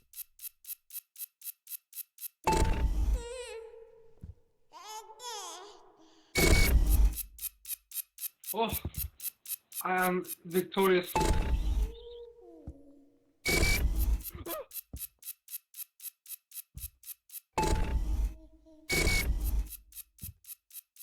You good, Dunk, you good. We have Yo. Let's go, Dunk baby, let's go! No! Who we're waiting on? There's still a shooter like right there. Who is it? I killed Hayden. Let me through. Give me passage. Oh yeah, I he killed killed him. Hayden. Let him through. Let him Yeah, through, no, let let's him check through. either. Check this shit. Hayden's like not here. What? Hayden died. Like who killed him? I Hayden's not pushed here. him. Checker.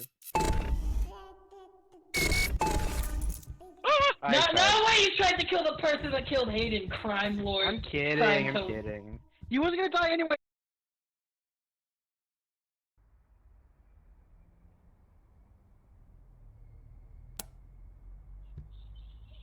Anybody want Just so to you go know, on the Dunk, we swings? have Flush a emoji? Fuck you, Rivera. The 100. We have a truce, Dunk. Never killed a British person.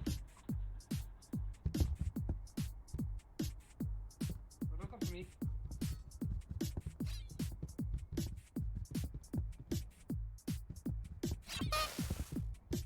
Got one.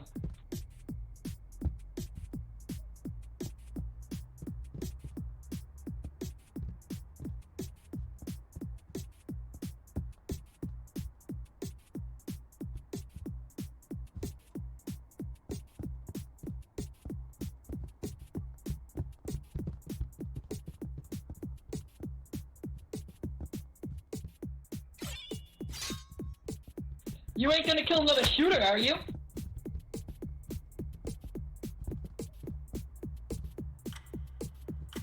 Okay, Dunk, okay. Go! Moving out here. My wife is dead.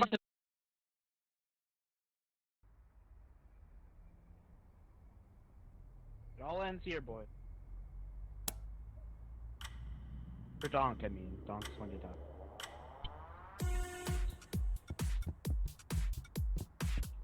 What? I'm fucking stupid.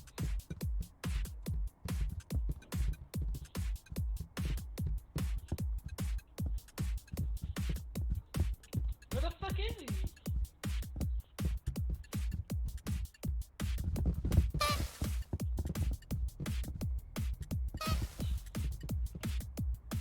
Nah, I'm I'll kind take of a one freak. with you. I don't know.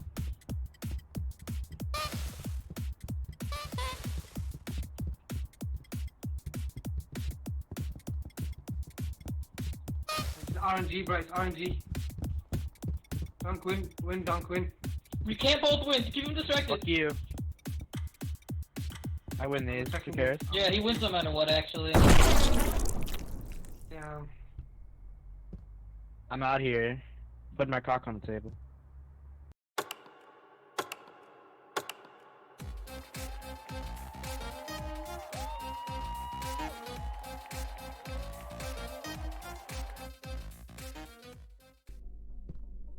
That's a Mickey Mouse, sir. That's a Mickey Mouse. Mickey Mouse. Mickey Mouse game. Mickey Mouse game. Michael Mouse. Can you guys hear me? Yes, Rafa, we can hear you, Rafa. Taku, can you hear me, Taku?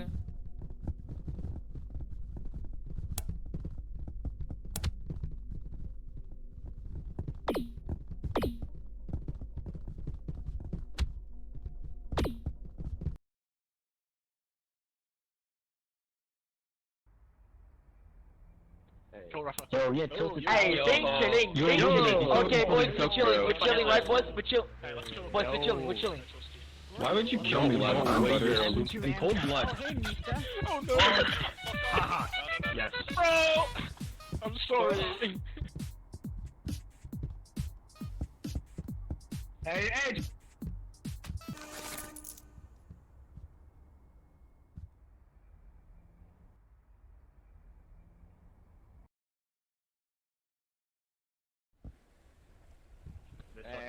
Oh no! Bro, this one is so stressful.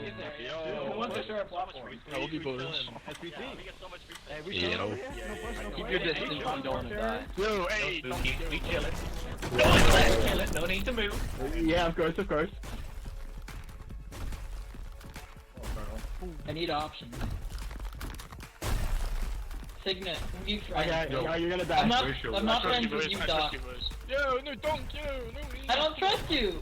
Why no? Donk, do you trust me? You're European. He's European.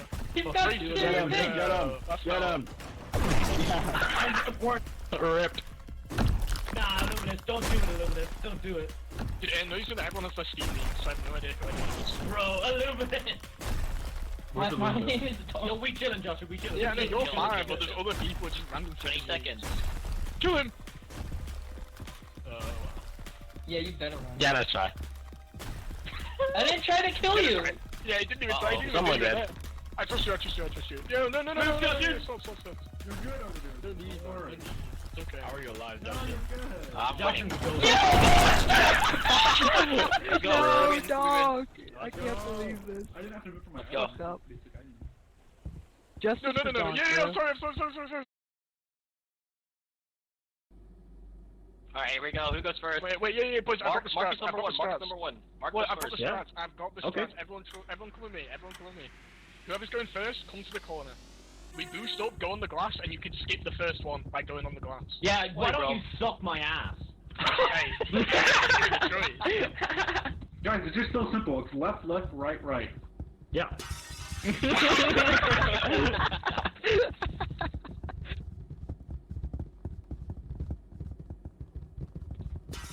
Okay. Well, Alright, I got it. left, Fuck right, information. Go, Signet, go. You got this.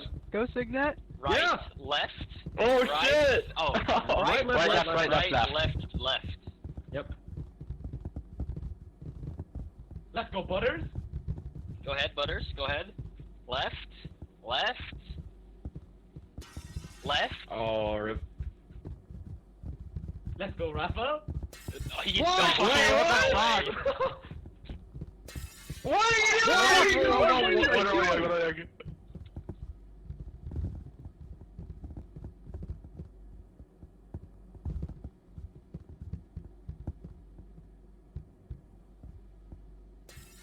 Okay.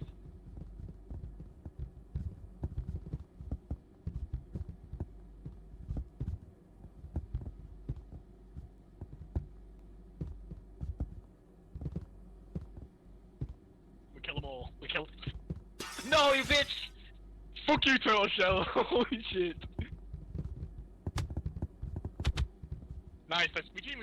Yo, I trust you. Chill. I beat your fan club. It's okay. I trust. Nice. Oh my god, you're so good. I got pushed.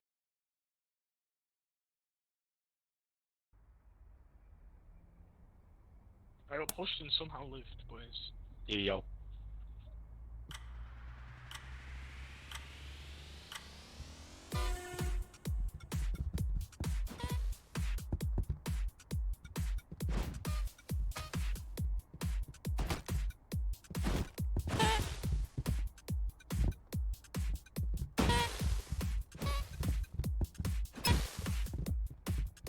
Mayor.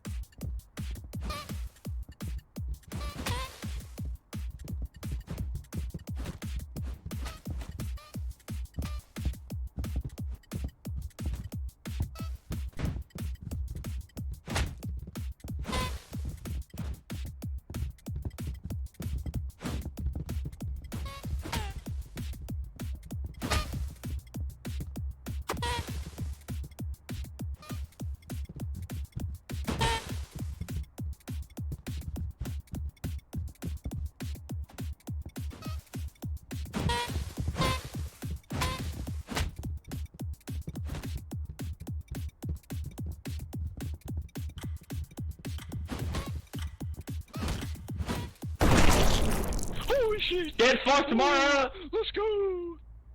Let's go, boys. Huge.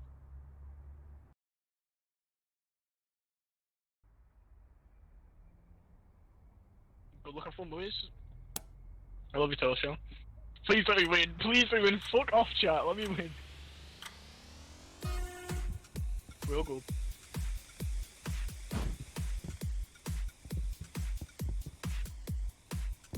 Why is everyone trying to kill me? Yo, no need, boys. No need.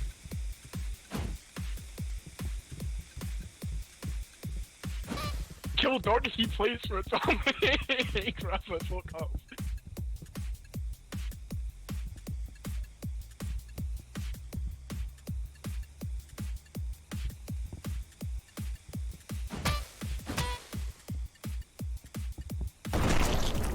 Nice, boys.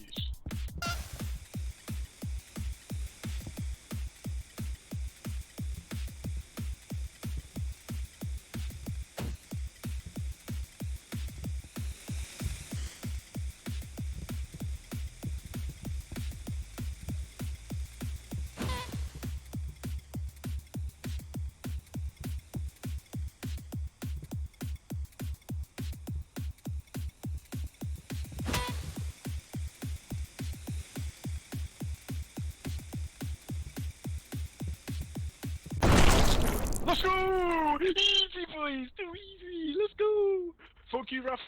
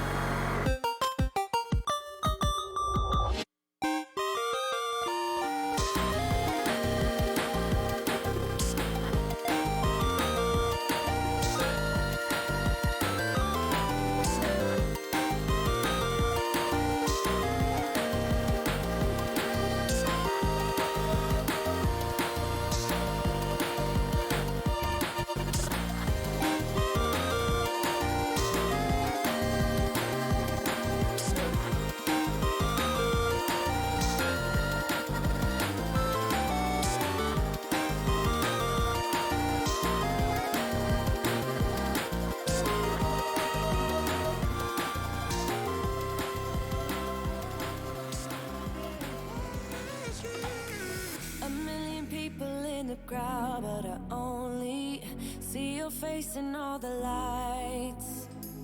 And as the bass keep pounding on me, baby, I really wanna make you mine. I don't really care about love. I don't really care about happy ever afters. Something about you gives me hope. Something about you, yeah. When the sun goes down and the night sky's falling, do you believe in one-time lovers? 'Cause deep inside of my wildest dreams, you'll be by my side when the sun goes down.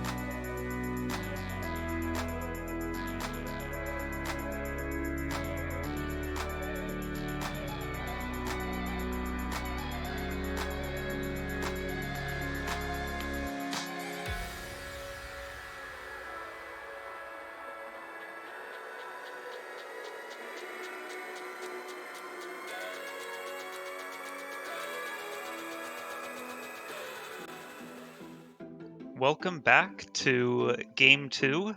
We had a nice little break there playing some crab game, legally distinct game. It was a lot of fun, a little hectic the way we like it, but now we're back to our regularly scheduled Overwatch matches. Yeah. Yeah. The factual statements all around. Yes, we've got, I believe, Galaxy versus Basalt and Battery here for our second match of the day in the third time slot, something like that. Yeah, that's the one. Yep. So this is a match between two teams that have been struggling. Basalt and Battery looking for their first win. Galaxy looking to get some momentum building, get some. It's coming back into this. We'll see who actually ends up winning it. It's not going to be. I don't think it'll be as impactful a match as some of the other ones we have, especially like last match. But I mean, for both these teams, it could be something of a momentum builder, or some sort of way of getting their spirits back. Yeah. Excuse me. At least coming in from last week, Galaxy has made a very important roster distinction. Recurve is no longer on the roster and has been replaced by Yunchul, who I don't know who exactly they are, but I know that they're apparently very good at the video game. It's unsurprising for someone who's going to be replacing Mr. Brian Allen himself. But yeah. I don't think there's been any major roster changes for Basalt Battery. No, I don't believe so. And of course, Basalt and Battery last week did lose to Admin Aces despite taking a map. So both those winless teams last week, Admin Aces, of course, walking away with the victory. But Galaxy last week, though, of course, rolled out with a lot of Pharah with Recurve still on the roster, and partially through Coconut had to ring in, and they were able to take Dorado there from 6-piece. So it'll be interesting to see how they've integrated Yunchul into this roster and whether that affects sort of their DPS picks moving forward. Yeah, going on to map 1 of Busan here, I think if there's any place that Yunchul could really shine, or at least, for the first map in the BPL, it'd be on Busan, classic control map, chaotic. But always good for DPS play, considering, there's so much space for you to really do a lot. Right, and also a map where you can really see like a strong diversity in styles. I mean, the 3 sub-maps of Busan are so very distinct from one another, so definitely rewards good flexible play here, especially from the DPS picks, as you've mentioned. So I can't really think of a better map to start off if you're a new DPS player hoping to show the league what you're capable of here. Yeah, we should be heading into Busan momentarily, but do you have any closing thoughts for you on this match? Honestly, I'm not sure. I think of all the matches that Basalt and Battery could win, I think this is probably their best shot. I really think that this is a winnable game for them. They should be able to get something going here. This is their best opportunity, I think, and they really need to just take advantage of it. Update. Chicken Nugget God is ringing for Galaxy. Just saw that one. Let's go. That's my teammate right there. Let's go. All right. But yeah, so it seems that Galaxy yet again this week is kind of running on fumes. I'd say not necessarily player wise or not that they're starting off badly. It's just you're missing one player at least already, which is not exactly a great start. For sure. Yeah, last week as well, I believe that Interflux ringing in, if I remember correctly. Yep. And now Chicken coming in this week. Can, of course, having a new player in there, no matter how good they are, still, if they haven't scrimmed with you necessarily, it can still affect your synergy, your playstyle, broadly speaking. So, like you said, Freya, this looks like BNB have a really good shot here with Galaxy still looking a little bit depleted roster-wise. Yeah, so we'll see. We're still waiting on the teams a little bit, and then we'll get right into it. But taking a look at sort of the standings, I don't think this will really impact. I don't think either of these teams can get. Well, Galaxy could move up into that 9 through 12 bracket, which would be pretty important for them. It's where you actually get to pick your opponent out of the 13 through 16. So, sort of getting out of that bottom tier is pretty important for them. And yeah, it's a start for Basalt and Battery here. This is really their last hurrah for the season. It's can they at least get a dub on the board before playoffs start, and then it all just comes down to that. Last shot, Right. really. Yeah, and I mean, if there's ever a time to come alive, it's now, right? Just at the tail end of these qualifier matches. So we'll see if Basalt and Battery are able to kind of seize this potential opportunity in front of them, with Galaxy still kind of in a state of flux by comparison. Not I'm in a gonna state of leave you inner guys flux. here for now, and we'll be starting us momentarily. So, take it away, you guys. By momentarily, he means probably like 3-4 minutes, because that's how BPL works. So you didn't hear anything, sorry. Yeah. I didn't hear We're anything. starting off with on here. Galaxy has a couple ringers, or one ringer, and they have a new player. Basalt and Battery, same old for them.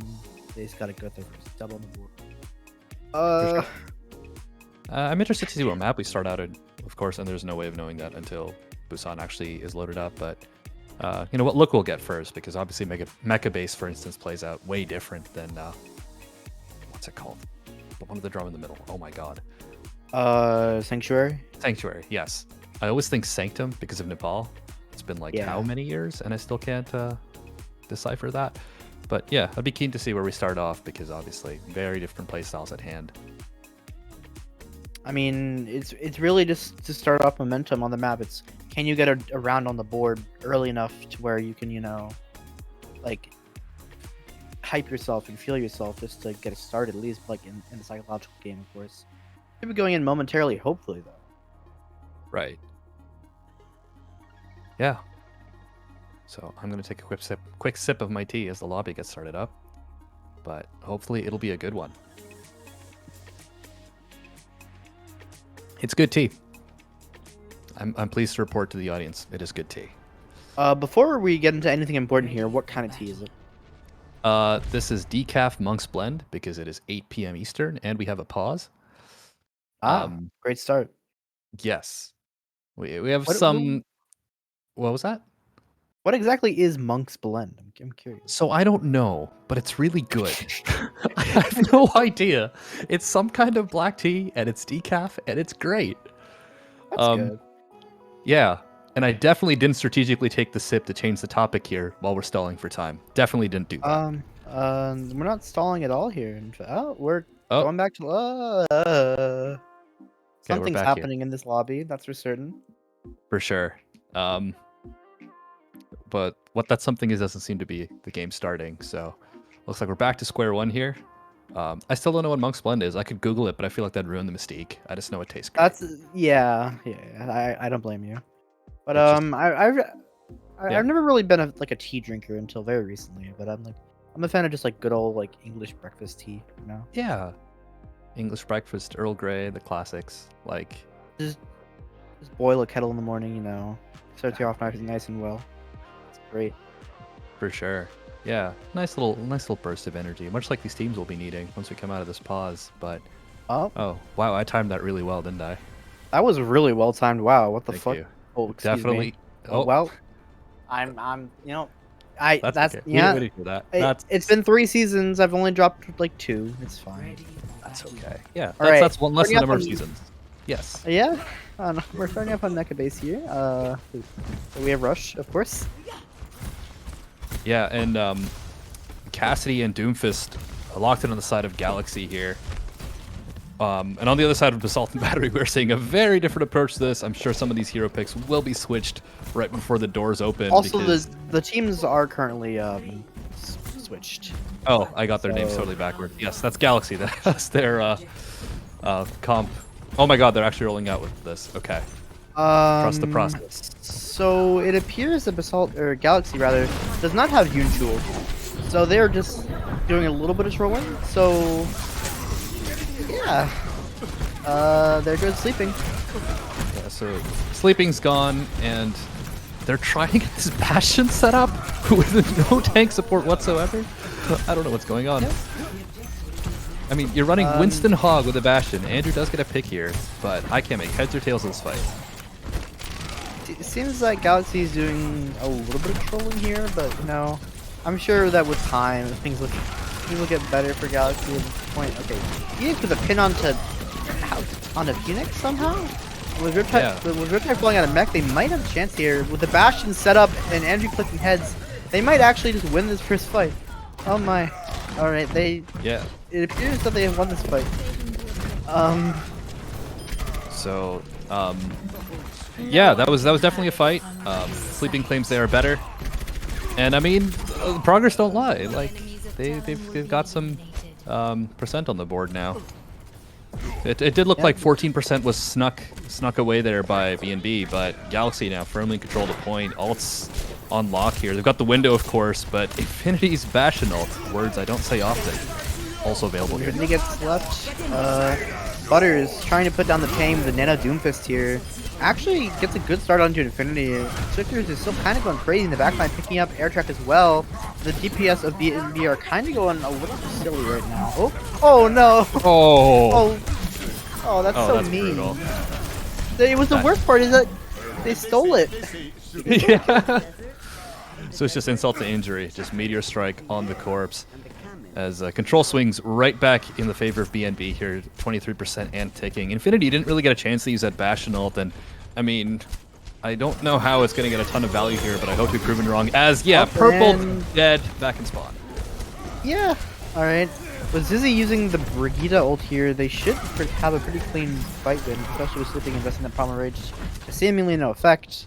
But yeah, they're kind of just up here.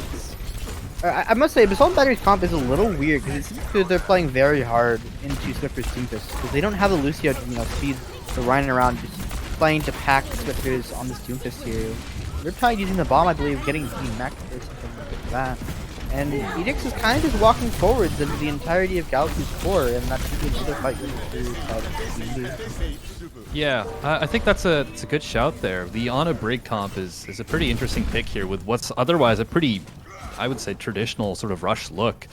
But with what Galaxy are running, does it really matter so far? Infinity does switch to the Doomfist, but I wouldn't say it really matters a whole lot here. Oh, what a shatter! I don't think that one was really gonna be blocked at any point there with the Winston Roadhog. Edix has to get those dubs where they can get them with how Basalt Battery has kind of been. Zippers right now is bringing the pain in that small room and then just gets hooked and absolutely creamed by Chicken Nugget God on the Hog. But it looks like B&B should win this fight relatively cleanly, I'd say. Unless sleeping on with the primal. Andrew? Edix is in trouble here. Edix on 54 HP on the point. Okay, so yeah. This is just a long, drawn-out, very confusing fight. But BNB still are in control. There was a potential remake there from Riptide. You know the thought was there. But by some miracle, Galaxy are able to turn that. And I think it all started with Infinity on the Doomfist, kind of jumping on point, getting picked off early, but making sure that OT was triggered. What happened after that was a fight, and now Galaxy, another lease on life. Andrew killed two. That's I think what happened really. Yeah, that's with a Window Fire Strike onto air track, and they're kind of just walking the other way. Yeah, the whole hog window combo, especially with that High Noon, doesn't seem to be too effective here, and Andrew should be falling momentarily, and that should finally be the round for the side of B&B with a little bit of trolling, but they managed to hold it out in the end. Yeah, solid 2K there from that High Noon. Zizzy finishes off Andrew as well. After the winner tries to get away. Yeah, nice shots here from the 6-shooter of Laser Blitz, and Basalt and Battery. Round 1 in the books. Gonna close it out though here on Busan. I wanted to say I had a thought about Basalt and Battery's comp. They're Hit playing very hard in Swifters Doomfist, but they are not playing the Zarya, and that's very weird to me. That's all.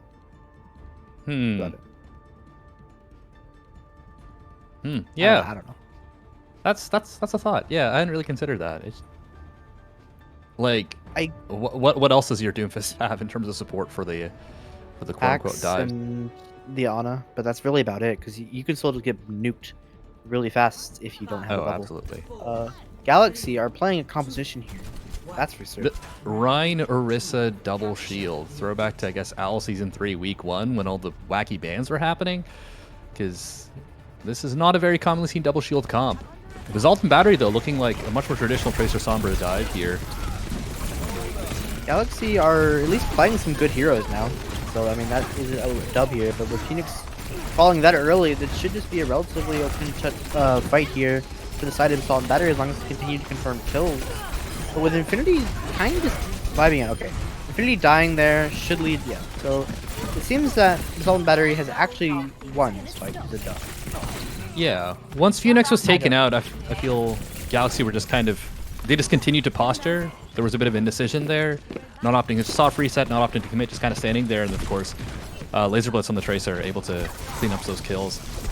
But I do like this Echo pick from him. Because Echo is a good hero generally. A good hero in this dive, I'm less sure, but a good hero. My casting is a little uninspiring because I'm just kind of confused about this game. But with Andrew with his high new, I think they might actually have a shot here, especially with almost everybody important on the side of Basalt and Battery falling here with the Peta, Sombra, and the Winston all falling. But going into this next fight, they do actually have a lot of ults. They have the Nano, the EMP, mainly. But like they're close to the rally as well if the fight goes on long enough, but ideally they only really use the Nano and the EMP or one or the other. Yeah, the EMP is a sure shot here, especially into like what is by and large a pretty static comp. I mean, it's a little wacky, but not a lot of mobility here, all things considered, save for a few heroes. So instead, we do see is that a Nano engage there? Yeah. A lot happened really fast there, but two quick picks on the side of Basalt and Battery. They do lose Zizzy, but they are looking definitely better here in this fight. Air Trek's taken out, and that's the point flipping right back. Or not? Or no, it is. There it is. Chicken with that shatter there definitely looked like they had a chance, but you know, you can't really walk at people without a Lucio as Reinhardt. You're just gonna perish. Riptide as well getting demech there. Go ahead and just lead something if they can manage to confirm this still on Edex. Edex is taking so much damage with the Primal Rage here though. They should be able to push him relatively cleanly. Some nice Primal mechanic actually being shown by Edex to try and displace Phoenix, I believe, but Phoenix is just kind of returned back to their team. But with wait, what? What just happened? Well, while Edix was doing all of that, the Primal looked good. I think it was kind of forced out. I think Edix was a little deep there. But while all that was happening, there were two picks on the side of Galaxy, somewhere off on the other side of the map. And when Edix returned and confirmed that one kill, by then it was too little too late. And Galaxy are not back in control. And I mean, it's a bit of a silly comp, but it's very good at sitting still on a point. And that's exactly what Galaxy are doing here. With Spectre's getting this EMP though, they should have another relatively free fight win. Especially engaging with the rally as well. That is a 5-man EMP with Swifters though, falling to Andrew actually. But with the pulse bomb being committed, I don't think there should be enough chance here, unless the shatter from Chicken is huge, which is the entire backline, and it looks like Galaxy is in a very good position to win this round on a very bizarre comp. Yeah, you called it. There was a purple there early on as well on, I'm forgetting which Briggs rally. Wow, yeah, no, I got totally lost in the sauce there. I had a point to make about a purple, but now it's gone. But Galaxy's still in control of this, and it's 94% and ticking now. They don't have much in the way of ults, however. And a Nano is out from Butters here, not sure on who, but Andrew has taken out Butters for their problems as overtime is now started to burn. It seems like Galaxy, with his coalescence, should be able to sustain enough to finish off the rest of the stragglers from point, and round 2 is won by Galaxy. Yeah, that did happen. Definitely a game of Overwatch here. As yeah, we're tied 1 apiece, and Galaxy make this Rhinorista comp work. Using the time-tested strategy of staying on the point and do damage at range. I think they could honestly maybe win Sanctuary here on that comp if they stayed on it, which I doubt they will, but Maybe. No, you're not. Yeah, you're not wrong. I mean, especially the sightlines here. Andrew's been on Widow pretty much this entire map so far, and like getting solid bursts of value. Whereas Basalt and Battery now it looks like they're switching over to a Rhine comp here with a Moira on a backline. So still no Lucio, and as I call it, I'm gonna pretend I manifested that into existence. Now much more traditional look here from BNB. As Galaxy, not sure I can say the same.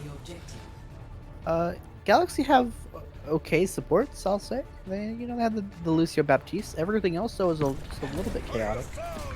But if anything that could really like shatter Basalt and Battery, I definitely think it's just playing weird, just really weird stuff. Posturing to try and get something done here, but Sleeping rolls in and immediately gets obliterated. That's how casting works. Yeah, and I mean, it's also a ball who's basically unsupported in this comp works, right? Like, you get stunned, and there's nothing there that could bail you out. BNB able to snowball off that pick really quickly. And by the looks of it, I mean, Chicken will probably be well supported by this Lucio Bat backline, but Sleeping, I think, might continue to have a tough time. You could be a very good ball player, but this comp is not really, doesn't look like it's set up to help you succeed. Yeah, you could say that. But, so they're kind of just walking under the point here. Chicken with a shatter actually picks up 2 in the back line, getting Butters and this on the floor. Doesn't seem to be confirming any kills though. Swifters in the back line, Reaper picking up 3, possibly picking up 4 here, I believe. No, but it seems like, at least for the moment, that Basalt and Battery is firmly in control at this point. Yeah, Andrew does switch over to Doomfist, which I quite like, I think. With the setup Basalt and Battery have on point, it's going to be a lot harder to get value out of the Widow. Ooh. As Swifters' Reaper is doing mad work right now. A nice little juke and kill on Andrew there. And it's 50% and counting for BNB. Edict's trying to get the shatter here. Doesn't go exactly as planned, but they still managed to guarantee the kill on Chicken, so that's not the worst start here, really. And with, the window doing a little bit of trolling here at the spawn, Andrew does manage to, after a little bit of stalling, I'd say, manage to get that kill. Wait, is there a back gap happening? Or back gap attempt? I think Sleeping is in the trenches currently. But Edix is kind of just getting walked at right now. Edix is taking a lot of damage here. Swifters somehow finished off Infinity though, and with Sleeping getting picked off, Swifters is Swifters is kind of playing Reaper. Like the Reaper guy came in from the side, and it seems like BNB have kind of just, I guess they won. Yeah, it's looking like a dominant Reaper performance here. Sleeping will come in for the final recontest. Has a minefield as well, and there is a pick on Swifters, which is the best win condition, or the best opening rather, that Galaxy have had all map. And it's looking like they're capitalizing here. Edix has a shadow here. It's really all on this. If Edix can connect with this, they should be able to finish off Chicken, and that's a lot of their point presence gone, especially with Sleeping falling. Edix, yet again, the shadow doesn't seem to connect on much, but at least it's zone Chicken enough off the point to where they can successfully win map 1. Yeah, and after definitely a map, a mishmash of comps and a lot of strange duels. It was a slugfest, but BNB at the end there looked like they're firmly in control, thanks in no small part to Swifters here. Man, on your screen, looking really good on this Reaper. They're not turning around. Swifters really did come in from the side and use the invisibility cloak that Reaper has there. But is there anything that you noticed from the side of BNB that really seemed to be, I wouldn't say great, but like unique to where maybe they could trip somebody up and maybe steal like a win off a lower seed A-League team? So far, I mean, the look we just saw here was a weird blend of rush. They seemed really committed to not running the Lucio for a bit, but the fact that they could run that on a brig and make it work, I don't know, it's just hard to draw conclusions to given the comps they were playing against. Normally I'd like to, I would want to like try to evaluate and comment on, say, their strengths in the Rhine mirror, their understanding of it, or how well they played against, say, a well-structured ball comp, but Galaxy are kind of all over the place, so although BNB overall, like, they do take the map win, they go up 1-0 here, it's hard to draw really definitive conclusions about the quality of their Rhine comp, just based on their opposition right now. I'm just trying to fill for time at this point, but It's okay. Galaxy is they're there. I think Galaxy, they're playing for the postseason, which is understandable. Doesn't matter how well you perform in the regular season as long as you can show up in playoffs. Having a good time. I will say. And I respect them having a good time. As we're already into Eichenwald, no time wasted. Just flew right over to Germany here. Right. And Sleeping has spent the entire season training for this. And I mean, Sleeping now is back on that support role after that that ball showing. But Galaxy's still teasing something interesting. I think Basalt and Battery might be initiating a little bit of trolling here as well. Strategy coming in for Zuzi. I believe that is the only substitution in the entire lobby, which makes my job easier. But yeah. Yeah, this comp from BNB does look solid though. I mean, double shield is definitely not an unpopular choice to run on Eichenwald A here, given the long sight line down to that bridge. So I actually quite like this comp. Normally you'd run a BAP with it, but perhaps they're running the Ana to put some nanos on Laser Blitz, help keep that Pharah alive through that press Q to die ult. So it's a little unusual, but not too far out the realm of what we've seen before. Galaxy, on the other hand, are they're having a time of it. Honestly, their comp isn't nearly as bad as what they were doing on Busan, I'll say, but it's still not inspiring. I'd say this comp has some merit, I guess. Trying to play for the Nano Pharah, Weak Condition, Nano Blade, Infinity, on the side looking for the hooks, but Infinity just dies that early every fight and provides them, 600 points worth of ult charge or HP worth of ult charge. It's not gonna be a great look for Galaxy.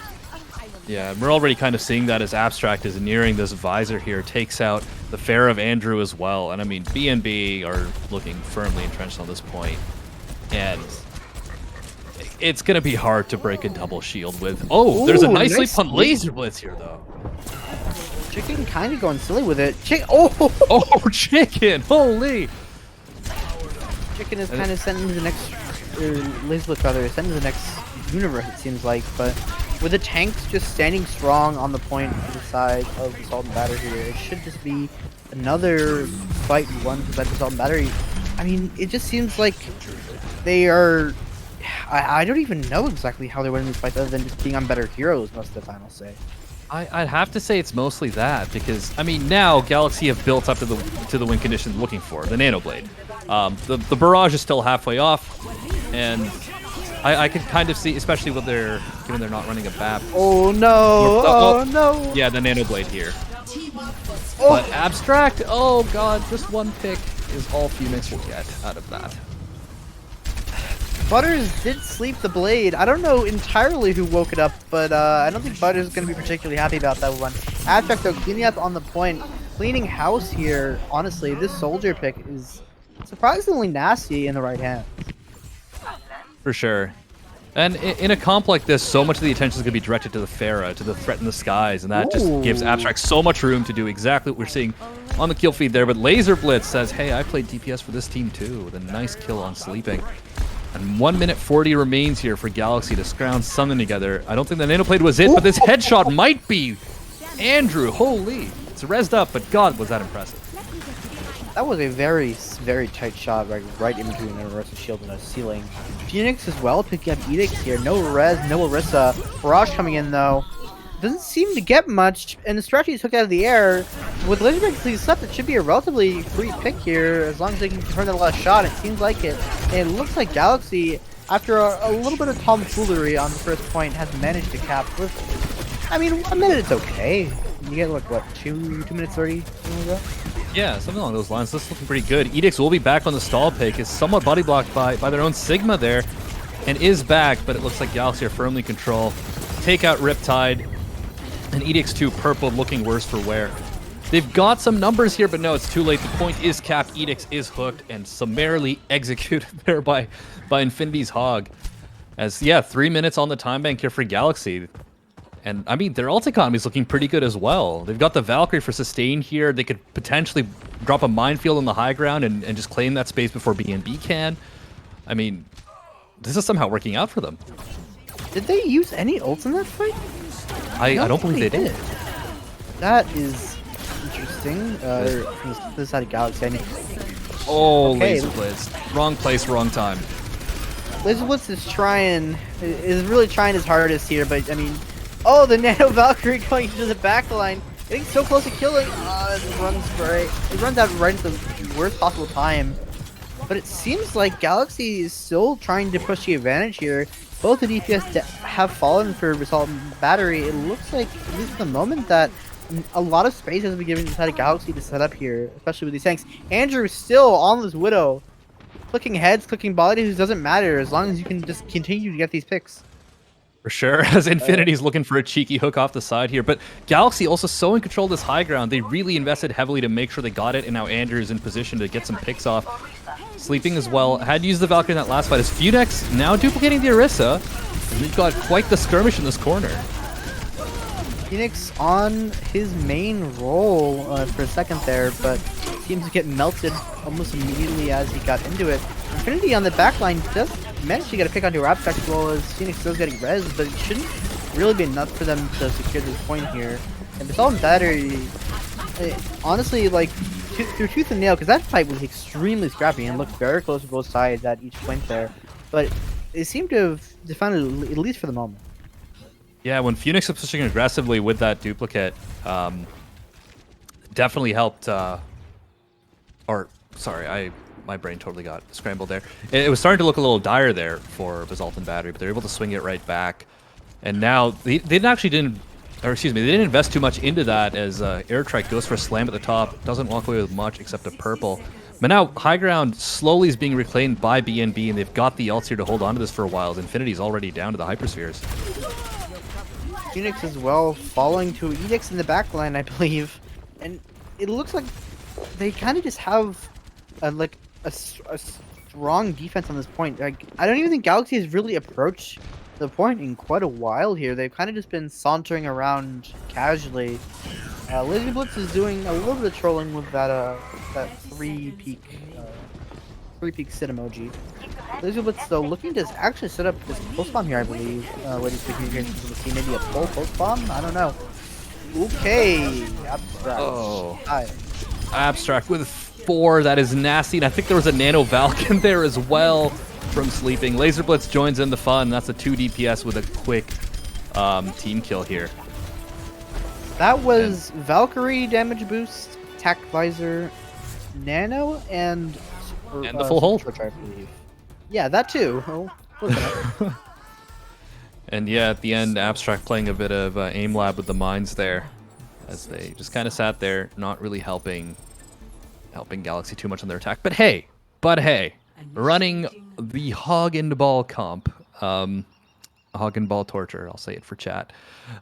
They were still able to get to cap first and get most of the way through second. And if you asked me whether that would be the case when we were there's about a minute left on the time bank and first still hadn't been capped, I would have told you that, it's pretty unlikely. So Galaxy have something to walk away with here. First, full holds on first are not out of the question on Eichenwald at all. But, of course, this remains a game of somewhat unusual comps. So who's to say? seems like they're sort of trying to run like people on their main roles here. Sleeping in Air Tracker on their main roles. Infinity as well. Picked up for the DPS, I believe. Andrew, of course, can't really play support because we are playing in 2-2-2, so thus I would say, like, the Radiant Valorant player playing DPS isn't the worst thing in the world, but with Lucio Mercy here, I'm not entirely sure about that one.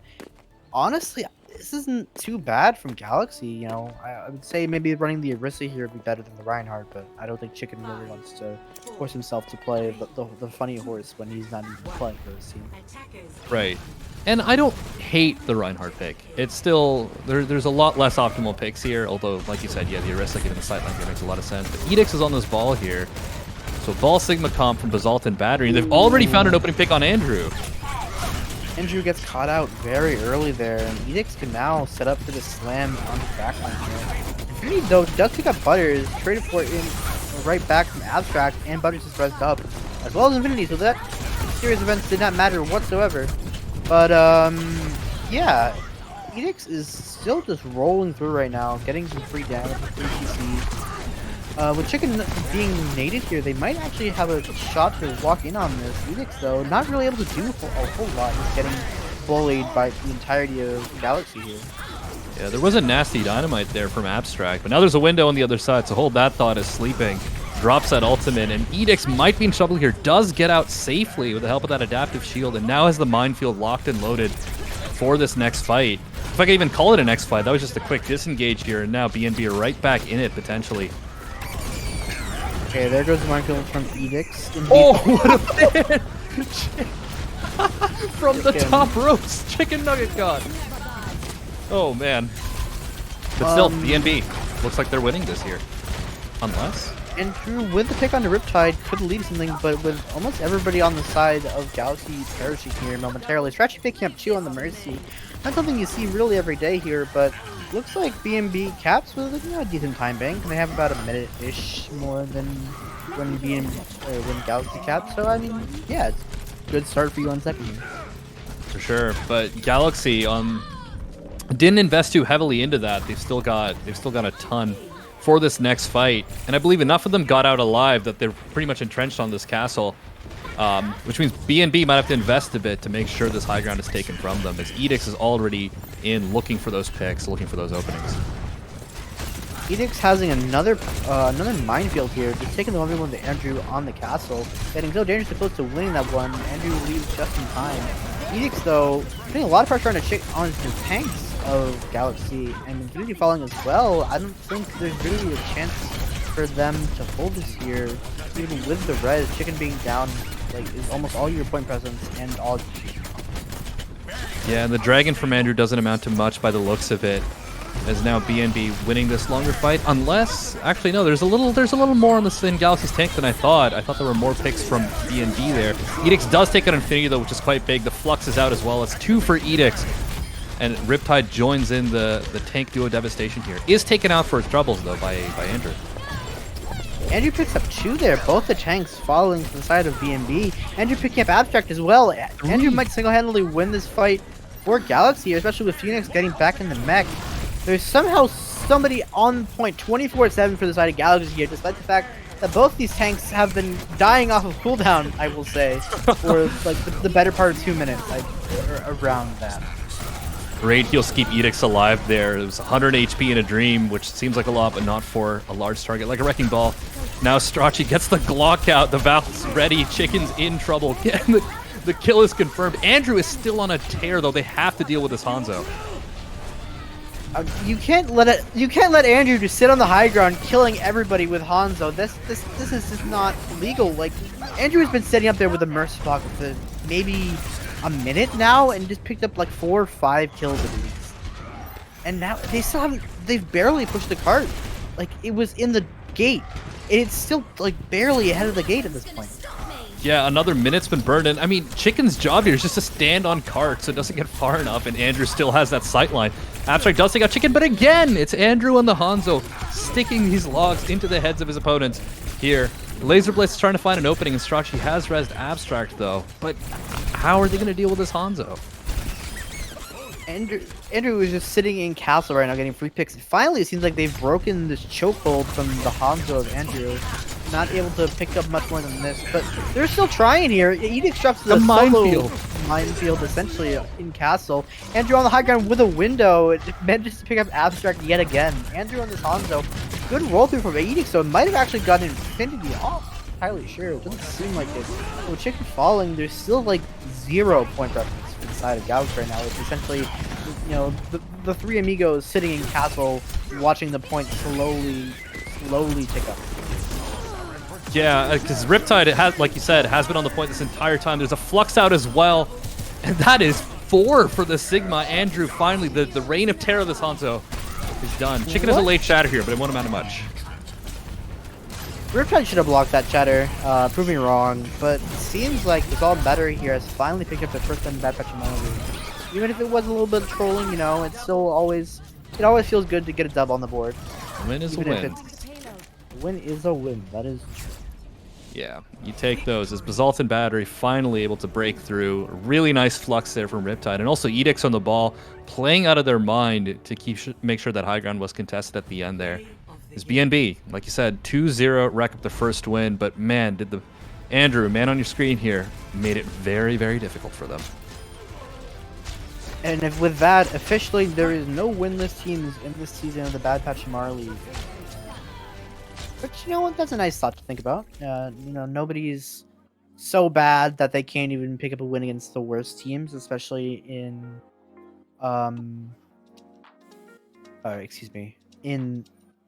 in a Swiss format where everybody plays people with, with similar records. We should have some interviews momentarily, though. Seems like it's only one, though, at least for the moment, of course.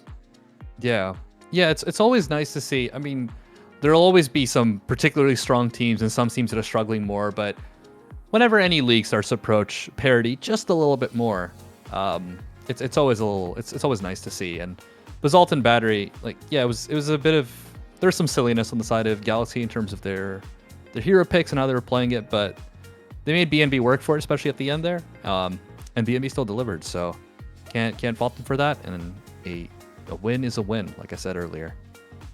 So not sure what the situation is with our interviews here, but hopefully we'll be hearing from some players soon. I'm gonna take another sip of the tea. Still good tea. Yeah. Oh, okay. So I suppose there is no interviews. Nice update, production. Thank you. Okay. But I mean, I think we can maybe just throw it a break, I guess. Sleeping apparently is just not a real person. Yep, sleeping. There they go. I mean, do you have any really closing thoughts on that match, or just no thoughts at empty? I mean, I'll say that we saw some solid looks from BNB in the midst of all that. Granted, again, it was a little silly at times, but I really enjoyed the tank play on Eichenwald from BNB. The look on the double shield as well as on the Ball Sigma comp. Both those require, completely different sort of skill set, sort of understanding with your tank duo, and I liked seeing that from BNB. Some aggressive Valks from Strachi were fun to see as well. I think there were at least 3 or 4 picks for the Mercy player in that map, which was quite fun. But yeah, overall my take was always good to see that flexibility there. Let's see if BNB can use that to trend upwards now that they have a win on the board. I mean, anything to start a positive, a PMA for the side of BNB here. But yeah. With that, I think we can probably close throw it a break for the final match of the night and of the night and of day 2 of week 5. Yeah, Fallout versus Beat Drop Bears. That'll be a good one. So definitely stick around.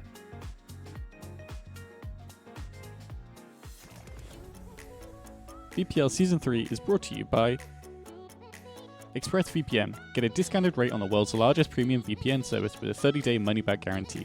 Head to expressvpn.com/BPL and help support our shows.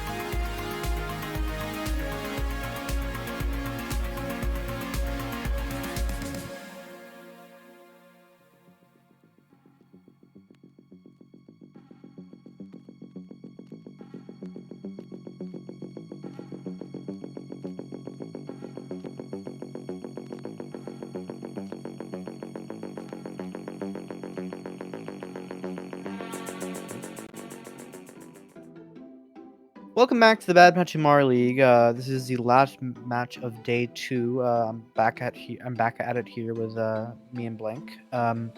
So Fallout versus Beat Drop Bears. Yeah. So that's what we're getting into here. Teams that have, I'd say, performed decently well for their expectations here. I'd say, looking at the standings, 2-2, 3-1. Not the worst result possible. Still decent seedings for both these teams, really, especially for Fallout, I suppose. Oh yeah, the Fallout, I mean, sitting very close to the top of the standings there, tied for 3rd, and also on a 3-game win streak, I should add. Sorry, I'm not over Fallout Bears. It sounds like a Fallout sequel that's almost as bad as Fallout 76, but we have a game to talk about. So yeah, Fallout hoping to keep that sort of momentum going as they have not dropped a match since the first week, which was to Summit, who of course are our #1 team in A-League so far. So Fallout looking great so far. But on the other side, Beat Drop Bears as well with a 2-2 record. Some strong players on this roster. Of course, Peepo, a very strong main tank player. I mean, they still have a solid record going into this. Last week, they had a nice win over, I believe, Momentum. Was it Momentum? Yep. Yeah. I must say, Beat Drop Bears has kind of had a brutal schedule. Like, looking at, so they, in the first week, they 2-0 Zenith. You know, Zenith's been okay here, I guess. But week 2, they play Summit. Week 3, they play Cowabunga. And I don't get why people are so down on that team. I think they're pretty good, even if they've had a little bit of an easier schedule. Like, Cowabunga has taken some pretty decent wins here. And then, of course, week 4, they do manage to take down Momentum and another 2-1 series. I think Beat Drop Bears has played the most map 3s out of any team. I could be wrong on that statistic, but it seems like they've played 2. Yeah, I think you're not wrong there. And also last week was a quote-unquote reverse sweep. Granted, it's a best or first to 2, but they're still able to come back after being 1-0 down against Momentum. As we're starting on Oasis here, it's a bit different from Busan last time around. I find the 3 maps on Oasis play a lot closer to each other than we see on Busan, for instance. It's still going to be a good place for, of course, these 2 teams to showcase what they're made of. But it does seem to me, I mean, it's kind of obvious given the records, but like Beat Drop Bears likely want this win a little bit more to catapult themselves a little higher in the standings. Both these teams, of course, looking good, but Fallout I think are slightly the favorites here coming into this match. I mean, I think that this is all on Beat Drop Bears. Can they, punch themselves into, I'd say, the mid-tier, maybe upper mid-tier? Can they beat Fallout, who's been, I'd say, probably, top 3 I'd say, most of the season. So can they pull off this win? Can they, get good seedings going into playoffs? Can they come into playoffs with a good mindset and empty heads? Empty heads, sure. You don't want to be thinking negative thoughts. You don't want to be thinking at all. If you're just running it down mid on rush, of course. Yeah. And we've seen a couple of different looks from them in the past. We've seen the Orisa double shield setups, rush comps, you name it, they've played it. I believe Georgie Boy on the off tank role and Dust rocking that main tank. So definitely a flexible team here, much like many of the teams we see in A-League, but able to place comps at a high level. On Oasis, I wouldn't be surprised to see, if we're starting on University in particular, some sort of rush style, and perhaps a ball comp on the other two sub-maps, whichever we end up seeing. But yeah, let's see. We will see whether Fallout can keep their win streak going here. 3 wins on the board in a row. Can they make it 4? I mean, this is really just. I'd say this is probably the Peepo show. Can Peepo lead this B-Drop Bears roster to their first victory here? Looking at these rosters, of course, I'd say Peepo was probably maybe just like one of the best just players in the league in general, but especially like on this team, he's leadership. He's really good at the game. Who could have figured 4.5 main tank or whatever. Yeah, but and having main such tank a can only do so much, really. Right, but just having that strong anchor on your team. I mean, there's a common refrain at all levels of professional Overwatch where when a team is kind of looking out of shape, the main tank tends to look the worst. But when you've got a main tank who's a reliable anchor like that, you can really work around, who's strong on all picks, the Winston, the Ball, the Orisa, the Rhine. It sets a really good foundation here. And I mean, like you said, if they're going to win today, they're definitely going to be winning through the play of Peepo kind of guiding them forward. So, I mean, if you can't tell from my bias towards tank lines, I should say, I'm a main tank player, and I love seeing players of his caliber just in action. Definitely kind of the star of this roster, or one of them at least. But I mean, on the other side, Fallout's roster really isn't too much of a slouch either. They've got some really good players on that roster. I'd say Dust, Buka, and Georgie as tanks. I'd say maybe. No, actually, I think they're all very well-rounded tanks. They're all pretty good. I think Dust is definitely one of the better main tanks in the league. Dirt and Rift on DPS. Dirt, of course, legendary. Good player for research. I wouldn't call it legendary necessarily, just because we've only seen him for one season, such like that. Rift as well, coming in on the Miracle Team UK World Cup run and on Reverb in season 24. Which they were a pretty decent team. Fair, yeah. A bit of a storied player here in the halls of BPL, but now looks like we're good to go here on City Center. It's a dive mirror with 2 different approaches: Dust on the ball and Peepo rocking that Winston here. So a bit of the Talon dive, this comp has like 5 names, but I first heard of it as Talon dive, so that's what I think of it as. The Tracer Sombra, Lucio Moira, Winston combination here. But Fallout looking to burst targets with the ball, the echo here of Rift. It's going to be an interesting dive matchup here. I think Moopy actually lands an early hack there onto Bird Boys, and then that's Lucio gone. Lickety split. Now Toxicinator in the air, getting hounded by the Diva of Tyler. Seems to barely get out with his life. Doesn't seem like it actually at the end there, though. And at least for the moment, that's a very good start for the B-Drop Bears, taking good early aggression, securing good early kills. Both the supports dying first is really exactly how you want to start any map. Yeah, they do lose Meester there, but it's not a huge problem for them, as there is a recontest here from Dust, but a hacked Wrecking Ball will not be an alive Wrecking Ball for too long, let's just say, as Georgie Boy also taken out. Now B-Drop Bears will cap, but yeah, great first engage there. They lost their Moira a little late in the fight, but it didn't matter too much. By then, people had already taken out 2. And now 5, or rather 7% in taking on the board for B-Drop Bears. Yeah, B-Drop Bears, very importantly, are very close to an EMP, and that's their fight winner most of the time. Rift making the switch over to the Pharah here as well. I actually like Pharah quite a bit with the 6-man, or zombie comp, whatever you want to call it. It's very good because you have so much burst damage. You can chunk down these targets, finish them off quite quickly, as long as you can set up. But he's really not being given a whole lot of space to set up here. Moopy does fall to the Tracer, certainly in the back line, which could be a decent start here. But they're taking a lot of damage here, and can't even get these health packs because of their hacks. Can't get them. Pretty much, but it's Aquarius who actually falls first to the Pharah here of Rift as Kernmaster wins a Lucio 1v1 off in the distance here. The Beat Drop Bears still control the point. The bomb is out from Tyler, and Rift cannot get away in time. That's 2 for Tyler and the remake on Toxicinator. This D.Va just taking out half of the team in a span of a few seconds there. That was a very well-placed bomb from the side of Tyler there. Placed it in the position to where no matter where Rift goes, like even slightly off the ground, they will get hit and probably die. Pretty much, and now Beat Drop Bears still in control of this. The strong opening here, but speaking of strong openings, Dust who just rolls over Aquarius there, and they want to go in on this. Slam the front on Peepo, and the Coalescence is out to try to keep the Winston out. Coalescence is used. Moopy's still holding on the EMP, Diamond Hands, but unfortunately this doesn't gain more value by holding it for him longer than it already has been held for. Moopy again falling with this EMP. Kernmaster has to use the beat to try and stay in, at least for the moment here, for Moopy to get back. People using the Primal to try and get any amount of displacement or kills here. Dust in the backline taking a lot of damage from Tyler. And the barrage from Rift actually picking up 2. They look like they have a shot here. Unless this bomb from Tyler. Tyler again!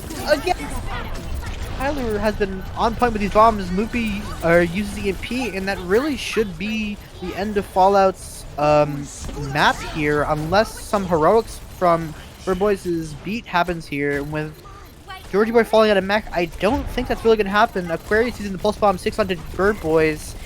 And now it looks like this is really just cleanup for the side of Beat Drop Bears. Yeah, Rift is back now, and Dust has taken out Moopy, so it's still kind of open. But that EMP from Moopy earlier, interrupting the res was huge, and Aquarius is taking out Supportive over here. On this side of point, Rift is desperately trying to get a pick here, getting some solid rockets, but Tyler hounding the Pharah, and it's looking worse and worse for Fallout as this fight goes on. Rift trying to chase down the Tracer, can't really finish off the kill with the recall forced. Kernmaster, Tyler, and people all with quick kills on their counterparts. And Beat Drop Bears 100-0 to open this. This is a statement opening on Oasis here, Mira. That was a very good round for the side of Beat Drop Bears. At no point, I don't think they're ever really not in control. I think, or that sounds dumb, but like literally, like I think they always had the control of the tempo. They always had, they were in the driver's seat for almost the entire map, I'd say. I mean, quite literally on the point too. But Beat Drop Bears making the swap over to, I think, a Rush, which, I mean, if Dirt can play this fair well enough here, that should be easy pickings, but it all depends on Tyler being able to shut down his fair enough for Moopy to maybe get a pick or 2. For sure, and of course, yeah, Moopy and Meester can also potentially provide a little bit of suppressive fire for the fair, but it mostly does come down to Tyler here on this D.Va. We've got an early Lucio duel here. Beat Drop Bears jockeying for this high ground, and it looks like they will get it. Beat Drop Bears taking the early positioning here. Wait, no. Oh no, not like this.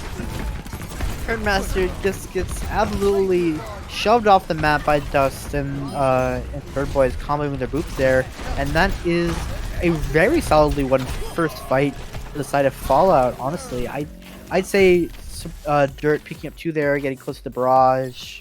Like, you need this barrage to start. It's not even necessarily that it's a good ultimate. It's just that it's essentially a free pick. Right. You can use it well enough. For sure. Now, Beat Drop Bears immediately switching back over to Talon Dive, 6-man zombie comp, whatever you want to call it. It's on your screen here. But yeah, just the raw amount of CC Fallout having their comp mean that rush comp that Beat Drop Bears were running could just get bounced around like it was nothing. And now looking for this barrage. There it is. Moira's taken out, but there's already 2 picks on the side of Beat Drop Bears. Make that 3. I just think that they took too long to set that up. They were really trying to play into that barrage there, and while it does go out for the side of Dirt, it only leads to 1 kill, and the rest of Fallout falls while Dirt essentially just uses a barrage for a kill on a Moira.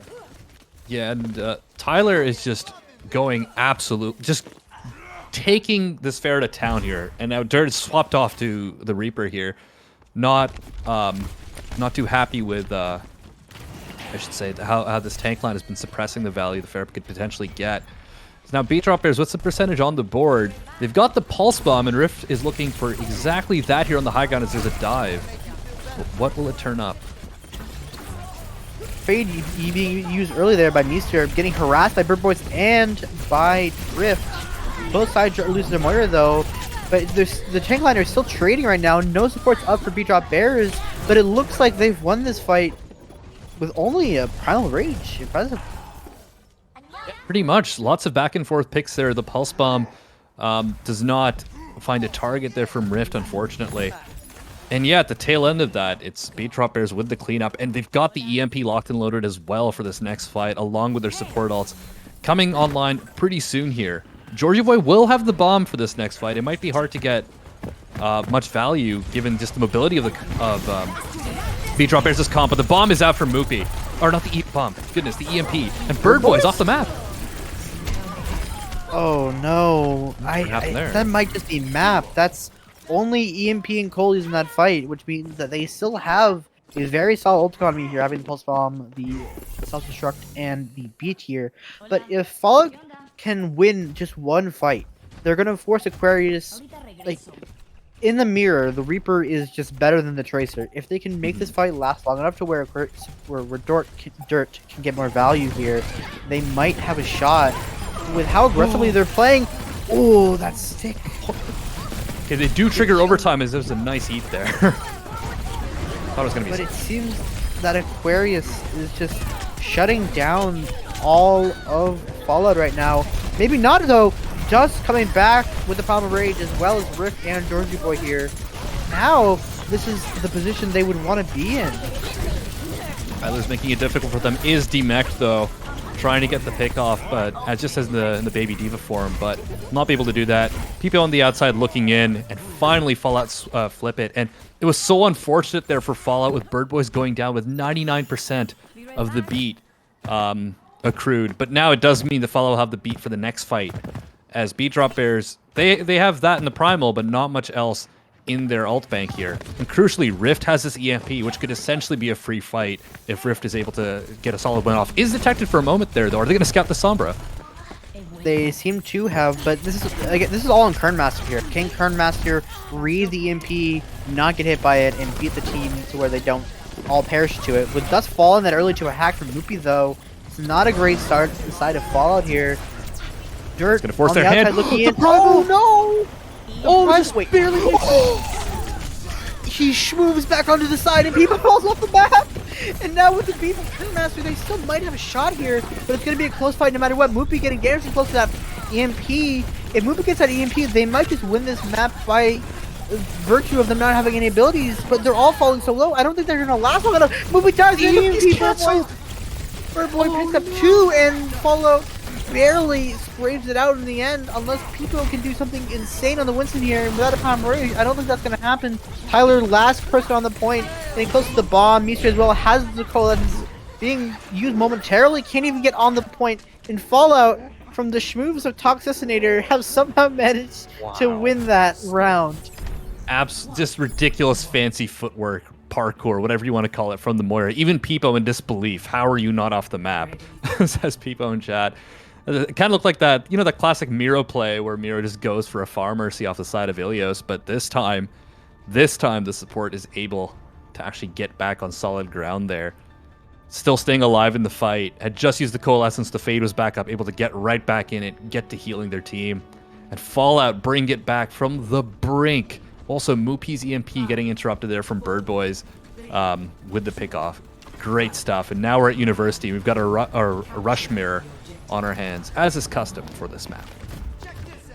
Let's see who can school each other in the Rush Mirror here. Dust taking an early angle here just to try and get some early swings in.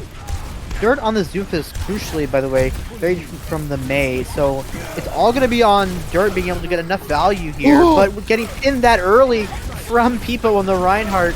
Wait, what? How did Aquarius get the lamp? Alright, sure. The lamp hit Dirt alive, and then and on the other side, not sure what happened to Aquarius, but both Flex DPS is getting pinned there. Only one lives to tell the tale.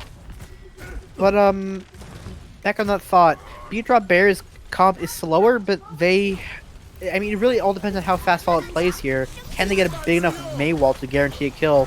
And with these May walls from Aquarius right now, doesn't look like it. Window Fire Strike being used to no effect, at least for the moment. window coming up from Bird Boys. Teleport onto the high ground, putting some turrets up there, you know. Windowing actually a very solid window here. Now they cannot peek main at all. Lamp used early by the side of Bird Boys, and the shatter coming out from Peepo is absolutely massive, picking up, I believe, almost everybody on that team. But B-Drop Bears invested quite a bit there, using both the shatter, the window, and the lamp. Yeah, it was a heavy investment, but it was also a beautiful read in that after the window was popped, Dust got healed up, but then pinned across the map just in an effort to stay alive. And Peepo seizing the opening, immediately getting the shatter off on the side, basically sealed that fight for B-Drop Bears. And now they've got the Blizzard and the Bomb in the tank here. Fallout 2 looking pretty good on the ults. They open with the sim wall here. Oh, Dust! Dust! No! Wait, how did Mr. die? What? No, how? Wait, Dust lived as well. Dust pinned at 70 HP and actually got a pick off. Dust does die, but that's 3 picks now. Tyler's down as well, and Supportive's Doomfist is bringing the pain. Dust, Lamp is an ability, I guess. Dust should just be dead. Okay, but Dust Peepo pinned here. out of it. 70 HP, pinned out, and actually lived to tell the tale. And there's a window now as well for Fallout. Oh, Peepo! Oh, Peepo! Oh, and no. the beat invested by Kern Master. Unless they can manage to get a pick on Dust here, which doesn't seem like it's going to happen. They're all quite low, but with the Sword being charged up over here, I don't think they can realistically go for this. Dust does get walled, but there's just barely enough space for the giant German man to walk through the tiny crevice. Peepo's Shadow here coming up momentarily, turns on the point as well. Bomb being thrown in from Georgie Boy to try and make a little bit of space here. With Supportive Doomfist falling, Dust. and the Shadow from Dust picking up 5. They might just be able to win this. Lamp, the Shadow from Peepo was bigger, but both lamps just save everybody on the team. But with Peepo swinging for the fences here, I think in the end that chaotic fight has ended purely because of the ultimates being used by B-Drop Bears were later. Yeah, that was a cluster mug of a fight, to put it one way. But that shatter from Dust, great focus fire though from Beat Drop Bears to immediately just focus on that Rhine on the tail end of that. Dirt does come back, but it's too little, too late. We'll have the Meteor Strike soon, and Bird Boys has the window, which could be huge here as Beat Drop Bears have another lease on life. This wall isolates Dirt, or Dust, excuse me. Dirt taking so much damage here, having used that Meteor Strike so early. The Blizzard as well is absolutely massive, picking up Bird Boys, but with Dirt slamming in here, getting melted by Moopy. Moopy is just microwaving people right now. But Peepo and Moopy do fall here. If Rift doesn't die fast enough here, they might lead to something. It doesn't seem like it. And at least for the moment, it looks like B-Drop Bears is barely in control. Yeah, and they're staggering the Diva here as well. Georgie Boy going down just now. So that's another 10 seconds. That Fallout will have to wait. Dust does have the Shatter, but they don't have much else. Potentially the Sim Wall in the longer fight. But Moopy there, speaking of Sim players, doing a ton of work in the last fight. And Aquarius with the final wall to ensure that fight was won. 80% here. This is going down to the wire here on Oasis between these two teams. As it looks like Fallout are going to take the high ground here and mount an offensive from there. B-Drop Bear is really doing some business here, having a great ultimate economy out here. Fallout essentially just has a Shatter and maybe a wall and a bomb if this fight goes long enough. That's it. B-Drop Bear it's entirely on how they use these ultimates here. Just taking a lot of early damage here. No Shatter lands onto Aquarius and that's it. But Peepo on the other hand, I don't believe his Shatter leads to much of anything. And with Rift being frozen up on the point here with a high charge beam, might be able to do a lot as long as they don't focus him down fast enough. But it seems like that's occurring. And it looks like, at least for the moment, that B-Drop Bears is in control, especially with the bomb being put into main here. And with the window coming out from Bird Boys, I don't even think that's going to be enough to save them here. And it looks like B-Drop Bears have successfully won map 1 in a nail biter. Nail biter is absolutely the right term. At the end there, that was a game of millimeters. And I loved how they kind of... when Dust jumped down, it was clear as day that the Rhine was looking for the Shatter there. And the way they kind of split around him, forcing him to make a decision, ends up going for Aquarius, but it doesn't even matter because the beat is locked and loaded there for Bird Boys. So, or sorry, excuse me, for Kernmaster. But that was very close. So Aquarius lives to tell the tale, and then that beat helps Beat Drop Bears subsist in that fight. But yeah, I think that a lot of it just comes down to how they use their ultimates in that fight. They had some very good, clean, dry fights where they had a very good ult economy at the end there, and where On the other hand, Fallout was barely scraping along in those fights, barely getting to 96, and then at the end, not even really having an ultimate economy to speak of, just dragging out the fight as long as they could, but you can't finish off that fight when Bead Bears has everything minus the kitchen sink, honestly. Pretty much. I mean, not to discount Fallout, who still, I mean, had to show like a really solid sort of understanding of the ult economy at the start, or the ult economy of the Rhine Mirror, I should say. They had some solid window engages there as well, some well-timed sim walls to try to take engages with. But Bead Bears, it felt like we're just a step ahead and sometimes throwing off, like just being a bit more proactive than Fallout in certain fights. We really saw that on display in the final fight there. Sort of reading that Dust was about to jump down and go for the shatter. I believe the sim wall was popped there from Moopy as well, but there was a lot really fast. But throughout, it was like what we saw in map 1, where it felt like Bead Bears once again in the driver's seat. After Fallout, I mean, Fallout had swung it right the way, or excuse me, all the way or back around on Gardens. Great stuff from Bead Bears here, as now they're up 1-0 in the series, and we can see why these teams are like, I mean, Fallout, of course, a top 3 team, and Bead Bears definitely vying for that spot. Bead Bears are definitely putting on a show right now, but can they bring it out to the finish line going on to the next map here, which I believe is Eichenwald. Yes. Time today. Hopefully it's not as chaotic as the first time, but only time really will tell. Indeed. I wouldn't be surprised to see at minimum a sort of poke set up on the defense, so that's at least something that's kind of in common with last match, but what we'll see on the other side, though, is still an open question. But whatever it'll be, that was an excellent map 1. I'm hoping for more close fights like that in map 2 here in Eichenwald. I'm imagining that Fallout is going to be trying to favor the Echo, the Pharah here, because they seem to be like playing those heroes a lot. Those heroes are really good, mind you. But maybe they pull out something like a double flyer. I believe they pulled out before. I could be wrong on that count. But like very heavy spam comps can work very well into double shield, especially. But it really just depends on who's on attack, who's on defense. You know, what are they feeling? How did they eat this morning? How did they sleep? Like, what tea did they drink? I mean, I'd assume Monk's Gift. I'm gonna say. I don't remember the name. Monk's Blend. It's fine. Close enough. Yeah, Monk's Gift though sounds so. I don't know. It's just, I like that. I'm gonna borrow that. I don't know what for, but I'm gonna borrow it for something. But yeah, it looks like we do have a sub. We have a Gag or Golden Apple guy in for Meester. So in taking up that support role, I assume, unless we have some more role switching like in last match, not last map, last match, at play here. So yeah, just that swap for Bead Bears. Otherwise, I don't think Fallout will be changing up much, as far as I know. And it looks like we are locked and loaded into Eichenwald. Yeah, the only one map, only one roster change for either of these teams. Gag, I'm questioning this sub a little bit, I think, because as far as I know, Gag is a main support and Kermaster is also a main support. Unless I assume they've just scrimmed this map really, real hard. You know, like they've done their math, they brushed their cheese, and they're heading their Chuck E. Cheeses, or in this case, heading like 4th or 5th seed, I'd say. Yeah, definitely an interesting pick. But what they're showing so far, this sort of Zen Brig setup, does make a lot of sense in the context of the comp they're teasing on the attack so far. So Moopy on the Widow, Aquarius on the Echo, looking for some clean ball engages, some burst damage from afar. But Fallout on the defense, now they're the ones running the 6-man zombie comp Talon Dive. There's got to be an acronym for all of those at this point or something. With the Lucio Moira and the Tracer Reaper, or excuse me, Sombra Reaper setup here. So Peepo's going to have his work cut out for him into this comp, as here comes the quick engage from Fallout. The speed boost is in, and Gag and Kermaster in spawn. That fight ended before that I could was even start guessing 20 seconds, and then it just ended. I don't know who Noct is on Fallout. I assume that's Toxicinator switching accounts. Maybe? I don't know. Oh, perhaps. That's not the point. I didn't even notice that. Just noticed that one. But yeah. Well, whoever they are, they pressed E exactly the right moment there and Fallout with a clean burst and fight win. Bead Bear is making the switch immediately over to the 6th or to the rush here to try and last off these fights.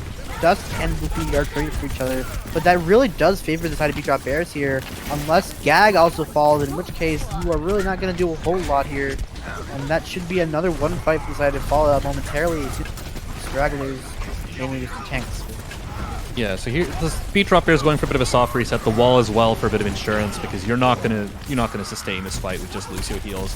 Gag has now returned, but no ults on the board for either team here. Bird Boys might get the coalescence in this longer fight, and this EMP is dangerously close coming online. But Bird Boys is already down. The fast engage for Peepo and Beat Drop Bears.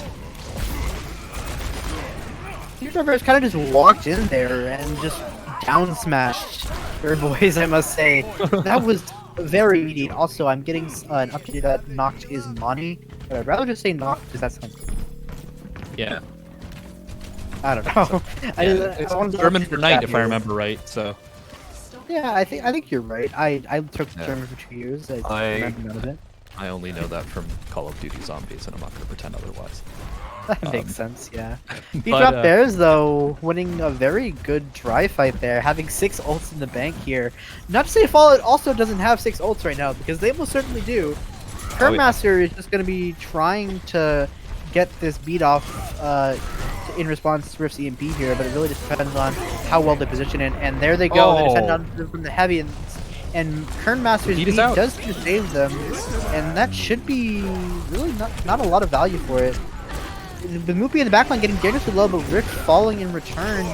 And now with all the ult being invested for Beat Drop Bears, it seems like this is the moment. And look, Dirt in the backline picks up 3. Soul Shatter being used onto Dirt, but with the supports back for Fallout and Georgie Boy on the cart in the mech, I think right now at least Fallout looks very favorable in this fight. With Tyler getting demeched, it looks like they've finally given up here. Unless Kernmaster can somehow hit the Lucio difference on Noct, it should actually be a very strangely one fight for Beat Drop Bears in a very scrappy fashion. Yeah, I think that was all spawn advantage at the tail end of it. Kernmaster went down early, but then it meant that when he respawned with the speed boost, able to get the rest of the team back in time, and Peepo and Tyler staying alive through all of that. Now Moopy just slams a full clip into Dust's face, and Beat Drop Bears' heart is going to be rolling soon. Bird Boys too. Moopy, don't die to the bomb, please. Okay. I can't let that one happen after you hit some nice shots there. Moopy in the backline right now, taking a little bit of a beating, but just able to finish off these kills. They are really trying to kill Moopy here and not doing a very good job of it. Aquarius now teleporting onto the high ground here, might be able to land an early pick here, depending on the positioning of Bird Boys if he goes out left. But it seems like they're all going out right, except Rift, who's going out the part invisible.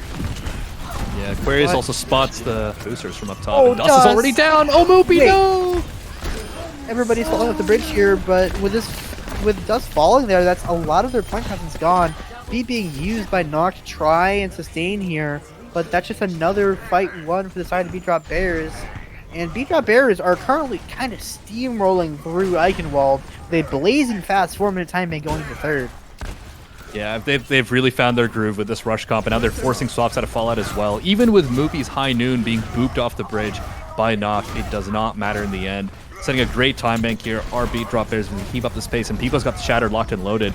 Kernmaster with the beat as well. Beat Drop Bears looking pretty good on Alton. Oh, no! The wall from Rift is absolutely insane, but trades out Dust. Moopy is still picking up kills from the back here, picking up Dust and picking up Dirt. Moopy picking up Bird Boys as well. Moopy is going off on this creep. Moopy picking up Rift. Can Moopy get any more here? Let him give a 6k. Come on, let this man go in.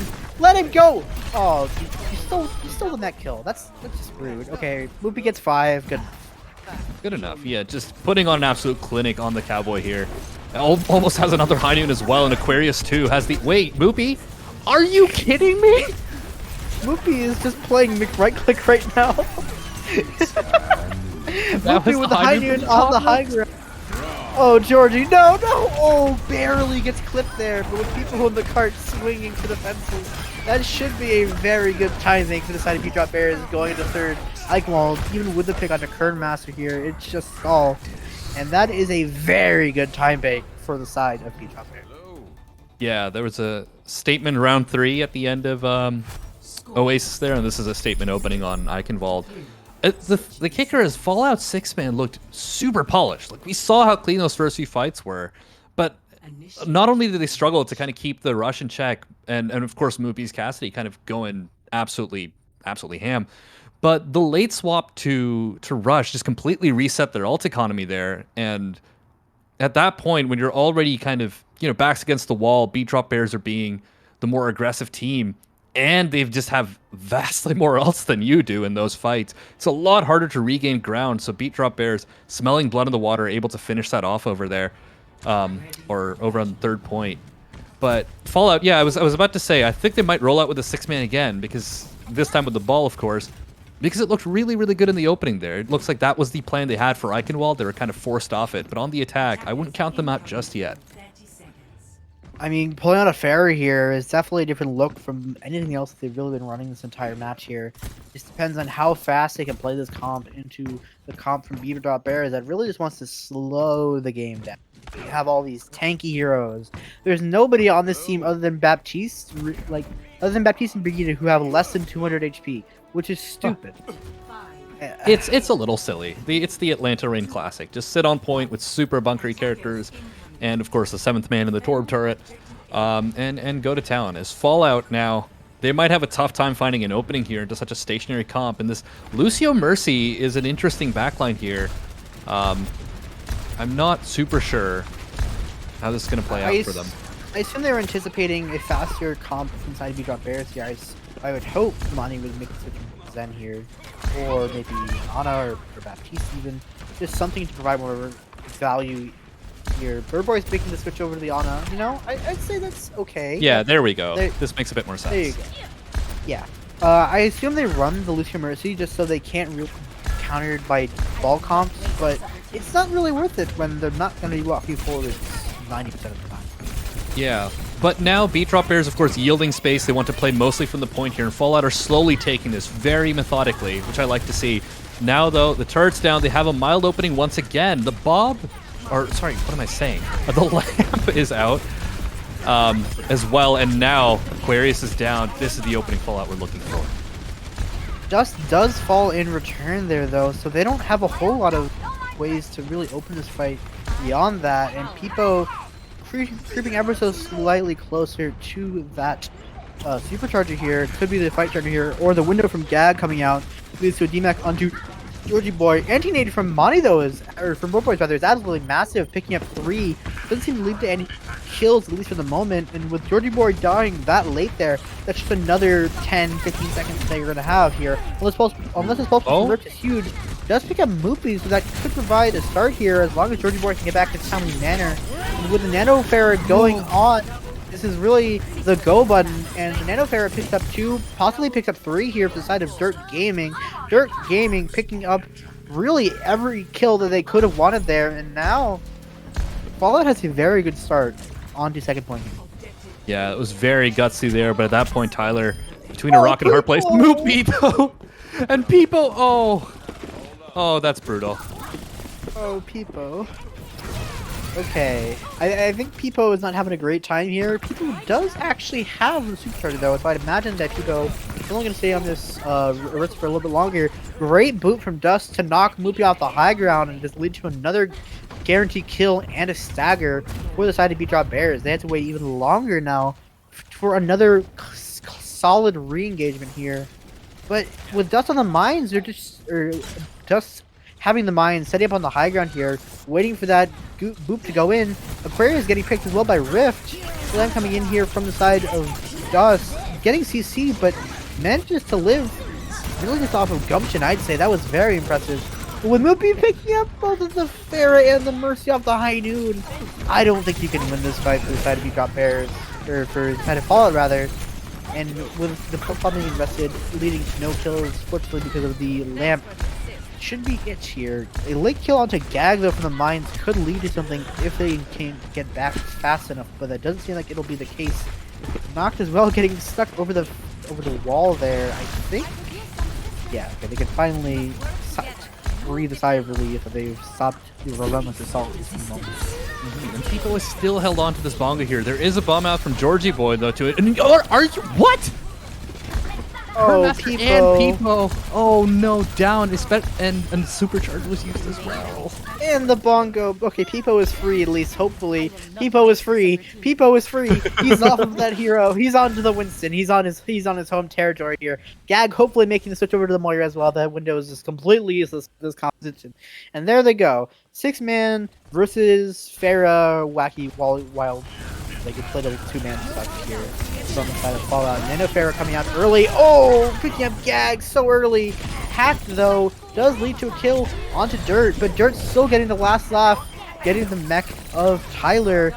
People as well falling momentarily after that, and this should just be a cleanup for the side of Fallout. Yeah, looking really good here. And, I mean, that barrage, they did a good job in trying to contain it a little bit with the hack and the quick finish, but by that point, the damage had somewhat been done. And it looks like there won't be a contest, or will there? People's trying, boop back. And that is second point secured by Fallout. Peepo. Also, yeah, People's having a rough go of it so far. It seems like Fallout's favoring to switch over to a rush here, maybe, with Dust in the mines in the right corridor there. But with two early picks there, maybe, at least for the moment, they could have a little bit of reprieve in this fight. It seems like they're heading back at least a little bit here. I assume they're making the switch over to the rush, and that's definitely what it seems like. Oh, we're going rush. Oop, staying on the Somber, though? No, there you go. I'm making the switch over to the Cassidy. There you go. Got that rush mirror for the third point there. There were a few picks for the side of Fallout there, but they called for the reset. Georgie Boy went off the side. There's a wall out here, and Dust is in trouble. Literally between a rock and a hard place. And now looking good once more. The bomb is out from Georgie Boy. Gag is already down. And Tyler trying to equalize. It's a scrappy fight here as on third point. As Tick's constantly went both ways. It could go either way, but I think, at least for the moment, with the spawn advantage of Bead Drop Bears, they should be good here. The Baby Diva of Tyler is quite deadly there, but still betting DMech there could lead to a late stagger kill if they can secure it. But with Tyler being huddled by people with brawlic, gigantic arms, I think they should be good, at least for the moment. Yeah, still in that Baby Diva form, but it looks like Fallout are in no rush to take this fight just yet with reinforcements still coming in. So Tyler may get the mech just in time for this fight. I'll actually scratch that. Dust is already in the front line, swinging away, knowing that Diva's still down. The walls are out as well. Can Dust get a shatter off here? Dust just swings Peepo into next week, and the shatter here is just completely free. But they don't even need to use it. Don't even need it. Everybody from Bead Drop Bears has fallen, and now honestly, Fallout's not in I wouldn't say Fallout's in a great position here. Looking at the ults from Bead Drop Bears, they're coming up at almost 6 here, especially having both support ults here to make a stand in this overtime. Unless Moopy can fall really early, and Moopy on 1 HP there in the back line. The High Noon does get walled there. High Noon comes out from Moopy as well. Dust does lay people on the ground with the shatter, and the bomb coming out from Tyler is absolutely massive, picking up 3. Now, Bead Drop Bears have, honestly, I would say they were pretty favored in that fight, but Fallout still have some pretty crucial ultimates having the Beat and the Blizzard here. They could make a relatively fast re-engage here as long as this Blizzard does not get eaten by Tyler. I don't think either of these Evas have really been eating up a whole lot of May ultimates this game, though, so really just all comes down to Tyler here. But they've been eating icicles to the head. They really have been. Oh, and knocked as well. Tries to slip out the front door. The stupid little frogman can't make it up when there's a giant ice wall in the way. And Dust as well, getting pinned by Peepo. They should be able to get another 20 seconds off the clock here from Fallout. Bead Drop Bears is in a great position to win this map right now. And Fallout's still hold on to some ults here, but Bead Drop Bears are pushing the tempo. They saw what Fallout were doing. Fallout had the right idea like 2 fights ago. They tried putting the window right by point, but they were able to come swinging right back, walling off the High Noon, and now taking a fast fight that really puts Fallout on the back foot. They might not even touch point by the look of it. Dust might have to... Well, no, they rushed forward. Alright, Peepo's shatter here is going to have to be massive here. Lamp comes out very early, and the shatter's absolutely huge. Big 3. But with the beat coming in from Nock, they really will deliver it really well. But the Blizzard picking up 5 for Aquarius. With the Baptiste falling to the side of Fallout, I don't think they have a shot here. Moopy in the backline with the High Noon is going to do a lot of damage to these tanks to get down the shield from Dust. Oh no! Georgie Boy back into the bomb, and Georgie picks up Gag as well. And it seems like at the absolute last second, at 11:59 a.m., they managed to cap there in a very, very, very scrappy fight. Unbelievable composure there at the end from Fallout. Just absolute clutch moment, or an absolute clutch moment. As I mean, it looked lost for them. They barely touched cart. Peepo hits a shatter. 2 Blizzards come out, and 5 of Fallout's team members are caught in that. But Noct hits a huge beat off. Beat off in the middle of that fight. And the bomb from Georgie as well. I think they took out Peepo early in the fight. It's all kind of blending together now. But there was a boot back as well, which we saw in Moopy, which combined with that bomb meant that Cassidy could no longer do the damage he'd been doing pretty much all map there. And from there, like, you know, the numbers don't lie. There were just so many more Fallout team members alive after that whole sequence of events there. They just sailed it right back. People got out of spawn, but I don't even think could touch cart. But now Fallout, I mean, they've got another lease on life here, but at this point, this map is just drawable for them. 2 minutes and 40 seconds here for Beat Drop Bears to just get one single tick, and they'll walk away with a 2-0 victory against the top 3 team in Fallout. Chat, do you see it? I see it. I think that Fallout is going to perform some disgusting Lovecraftian ritual here and somehow manage to hold this for almost 3 minutes, I'll say. I'm calling it now. I'm not going to be wrong. I've never been wrong in my entire life. I'm not starting now. Okay, they're immediately walking out of spawn and switching to 6-man. Pretty much, and yeah, the Sombra Tracer out from Beat Drop Bears. They want to take a couple fast fights here, and Lord knows they have the time to do it, but not if Gag is down. Gag dying that early is just free ult charge for the side of Fallout here. That's how you want to start this draw if it's going to happen. Yeah, I'm gonna root for the folks in Fallout. Now's the time. They need your energy because Beat Drop Bears. Still, that's a solid first opening for Fallout here, but 2 minutes is still nothing to scoff at. Rift almost gets the nice one clip at range, but the fight has begun on point. Bird Boys, though, dying very early to Aquarius, and Georgia Boy getting demacked as well. Not looking great for the side of Fallout. Gag does fall there, and Rift is getting... he's getting very close to that barrage. People as well falling. They might have a shot here if they can stay alive. Rift is going crazy right now. They've managed to barely stay alive in this fight, but it still might not even be won. Rift right now picking up 4, picking up 5 maybe with that pulse bomb. At least for the moment, Fallout are barely holding on by a thread. I think it was just Rift supportive and knocked on point. But they were able to make it work. And again, Dirt constantly is seeking out this Moira. That's who you want to take out if you want to neutralize this comp as much as possible with a single pick. And that's what he keeps going for every time. Now just 1 minute on the clock here for Beat Droppers to try to make something happen, but they've got this EMP, and Fallout have to be ready for it. They've got this EMP, and Dust getting hacked that early might just lead to an early pick here. But Bird Boys does manage to kill Aquarius, but with Dirt being hacked, Dirt somehow picks up Kernmaster, but they should still win this fight. Monty barely gets out with his life. They have a shot here if they can get that right off. Rift picks up another 2. Rift picks up 3. Rift. Oh my. We need to talk.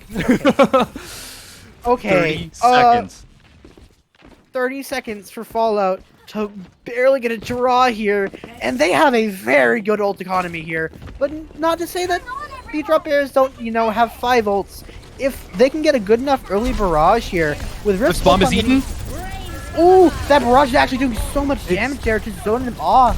But wait, they're getting so much free point cap with Bird Boys falling there and Rift falling as well. Both spoils being used for the side of Beat Drop Bears. I think they've managed to crack it at the very end here. Unfortunately, unless this bomb is absolutely massive from Georgie Boy, that should be the 2-0 clean sweep for the side of Beat Drop Bears. Yeah, the beat there at the end from Kernmaster absolutely massive. They actually engage aggressively with it, and then even before that, they just zoned out the barrage. They did a ton of damage, but they just hid in the side area there as Beat Drop Bears with a 2-0 win over Fallout, catapulting them higher up in the standings, and in a phenomenal and very close match. Holy. I mean, I see the world where this goes to map 3.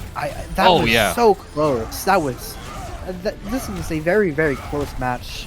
Like, even with, I'd say, like, both of the first rounds in these maps, Beat Drop Bears just looked clean as heck.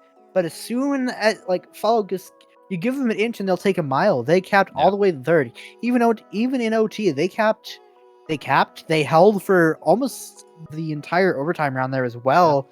That was a great showing from Fallout, even if they didn't manage to pick up the dub in the end. That was a near perfect sort of like OT first point hold. I mean, we saw Dirt again constantly picking out the Moira in terms of how they were catching the 6-man engage, cycling back to point, making sure not to give up the back cap. They seemed to have everything on lock there, and they whittled that 3-minute time bank down to almost nothing. but ultimately Beat Drop Bears able to persist, able to also, make sure to be disciplined with their ults, and at the end, aggressive beat engage. They had all the tools they needed. They'd zoned out the barrage as well, or spaced it out, rather, kind of after baiting it out. So great sort of chess match at the end there between these two teams, giving it their all. Fallout trying desperately to make that draw happen, but Beat Drop Bears ultimately proved too strong for that. And this is a statement win for them here. And just wow, a phenomenal match between two really good teams. A few individual plays there, and that map this series just flips on its head. It's a 2-0 for Fallout. Those maps were so incredibly close. Here we should have a couple of opinions here coming in from members of Beat Drop Bears momentarily. Welcome, Gag and Meester. Welcome. Hello. All right, congrats on the win. Holy cow, that was insane at the end there. That whole Icon Ball thing. It was a map. It was great. And my first question is, when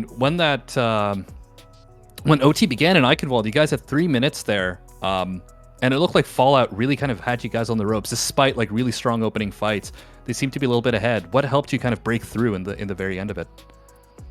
I think it was mainly the Sombra play. Like we hacked the ball a couple times. We hacked the Pharah out of the sky. That really helped. But People really was just directing the whole team with his comms and his shot calling, and we're like directing where the team to play. I think he really sealed the deal for us. Awesome. Do you guys seem to very much favor that 6-man composition, like even into comps that people allegedly say countered mainly the Pharah. What are your thoughts on that one? Huh? I'm curious about it. About playing 6-man? Well, you see, 6-man very easy. Ooga Booga comp jump onto one person. They're playing Zen and Pharah. Pharah doesn't work so well into 6-man. So it was like, what happens if we just play 6-man and like a lot of it?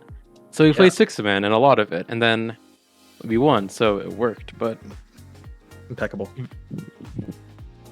Ooga Booga. Ooga Booga. But also going back to another question about Eichenwald at the very beginning there, when Fallout had that fast engage on you guys' rush comp, what helped you break through that? Because at first it looked like they were really in the driver's seat on their defense. We decided that once we saw that composition, we were just going to go straight rush and like pretty much skirt them the whole way through to get to point and fight there. It's just kind of a way to, make their comp pretty bad in that situation. Yeah, fair enough. And I think it had the intended result there in the end. And finally, Oasis round 3. That was quite something, and it was just ridiculous to even watch. But I noticed one sort of difference in your philosophies was them running the Doomfist and you running the Mei in that comp. What do you feel about that comp choice, and how do you feel it worked out in your favor? I have an opinion, but Meester, what do you think? Playing Doom or Mei, both characters are good on that map, but we're more used to putting we're more used to playing Mei there. So we kind of know how to play against Doomfist. We know like for D.Va to like always look at Doomfist, and we know how to play that matchup, and we played that matchup, and we barely won on it, but we won on it. So actually, did we barely won? I forget, but it was pretty much all Tyler. Making the Doom's value null and void, because his value is mainly just in the punch, and he was taking so many of those punches. So yeah, we were able to shut him down enough for our Mei to get some key walls, and I think if the Doomfist gets, I don't know, I think they should just play Zarya there, or actually Zarya kind of sucks. Yeah. I take back my word. But I don't know. I just don't like playing Doom, and I don't know. That's about it. Mei's very strong. What did you guys give Moopy today? Because he was kind of going off. Yeah. He took some Adderall. Yeah. Oh. For real though, he has not scrimmed with us all week. So I don't know. He was maybe on a journey of self-discovery, and he found something.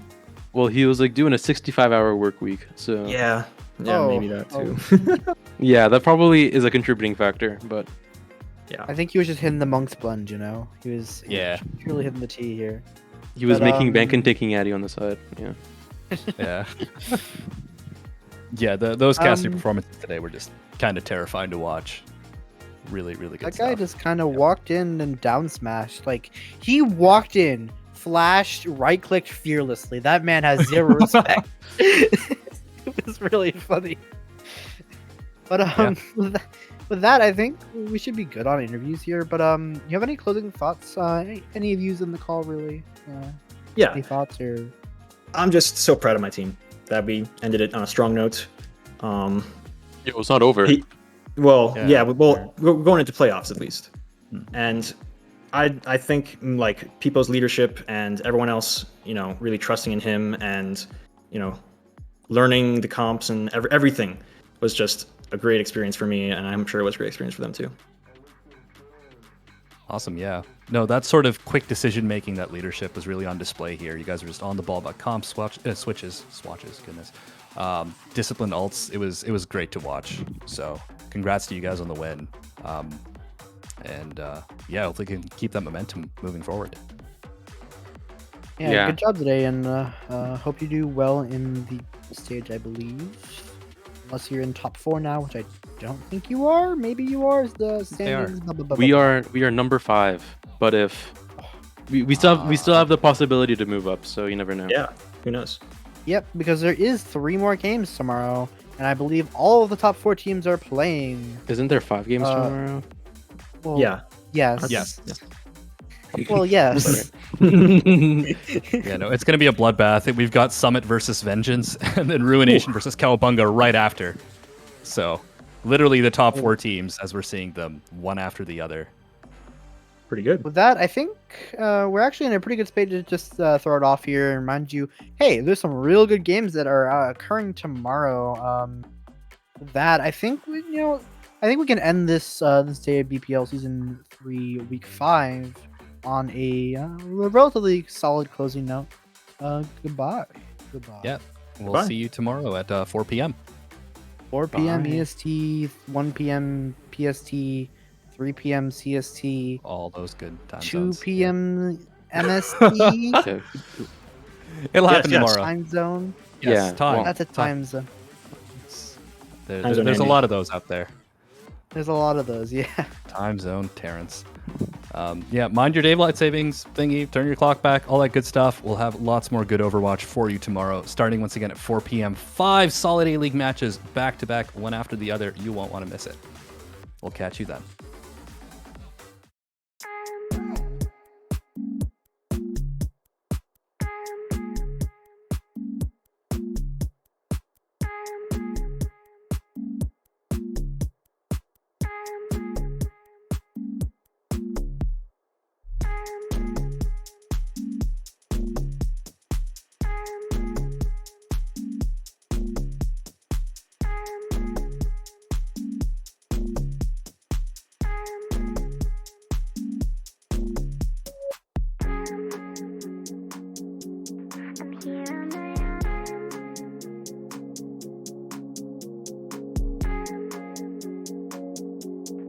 Yeah.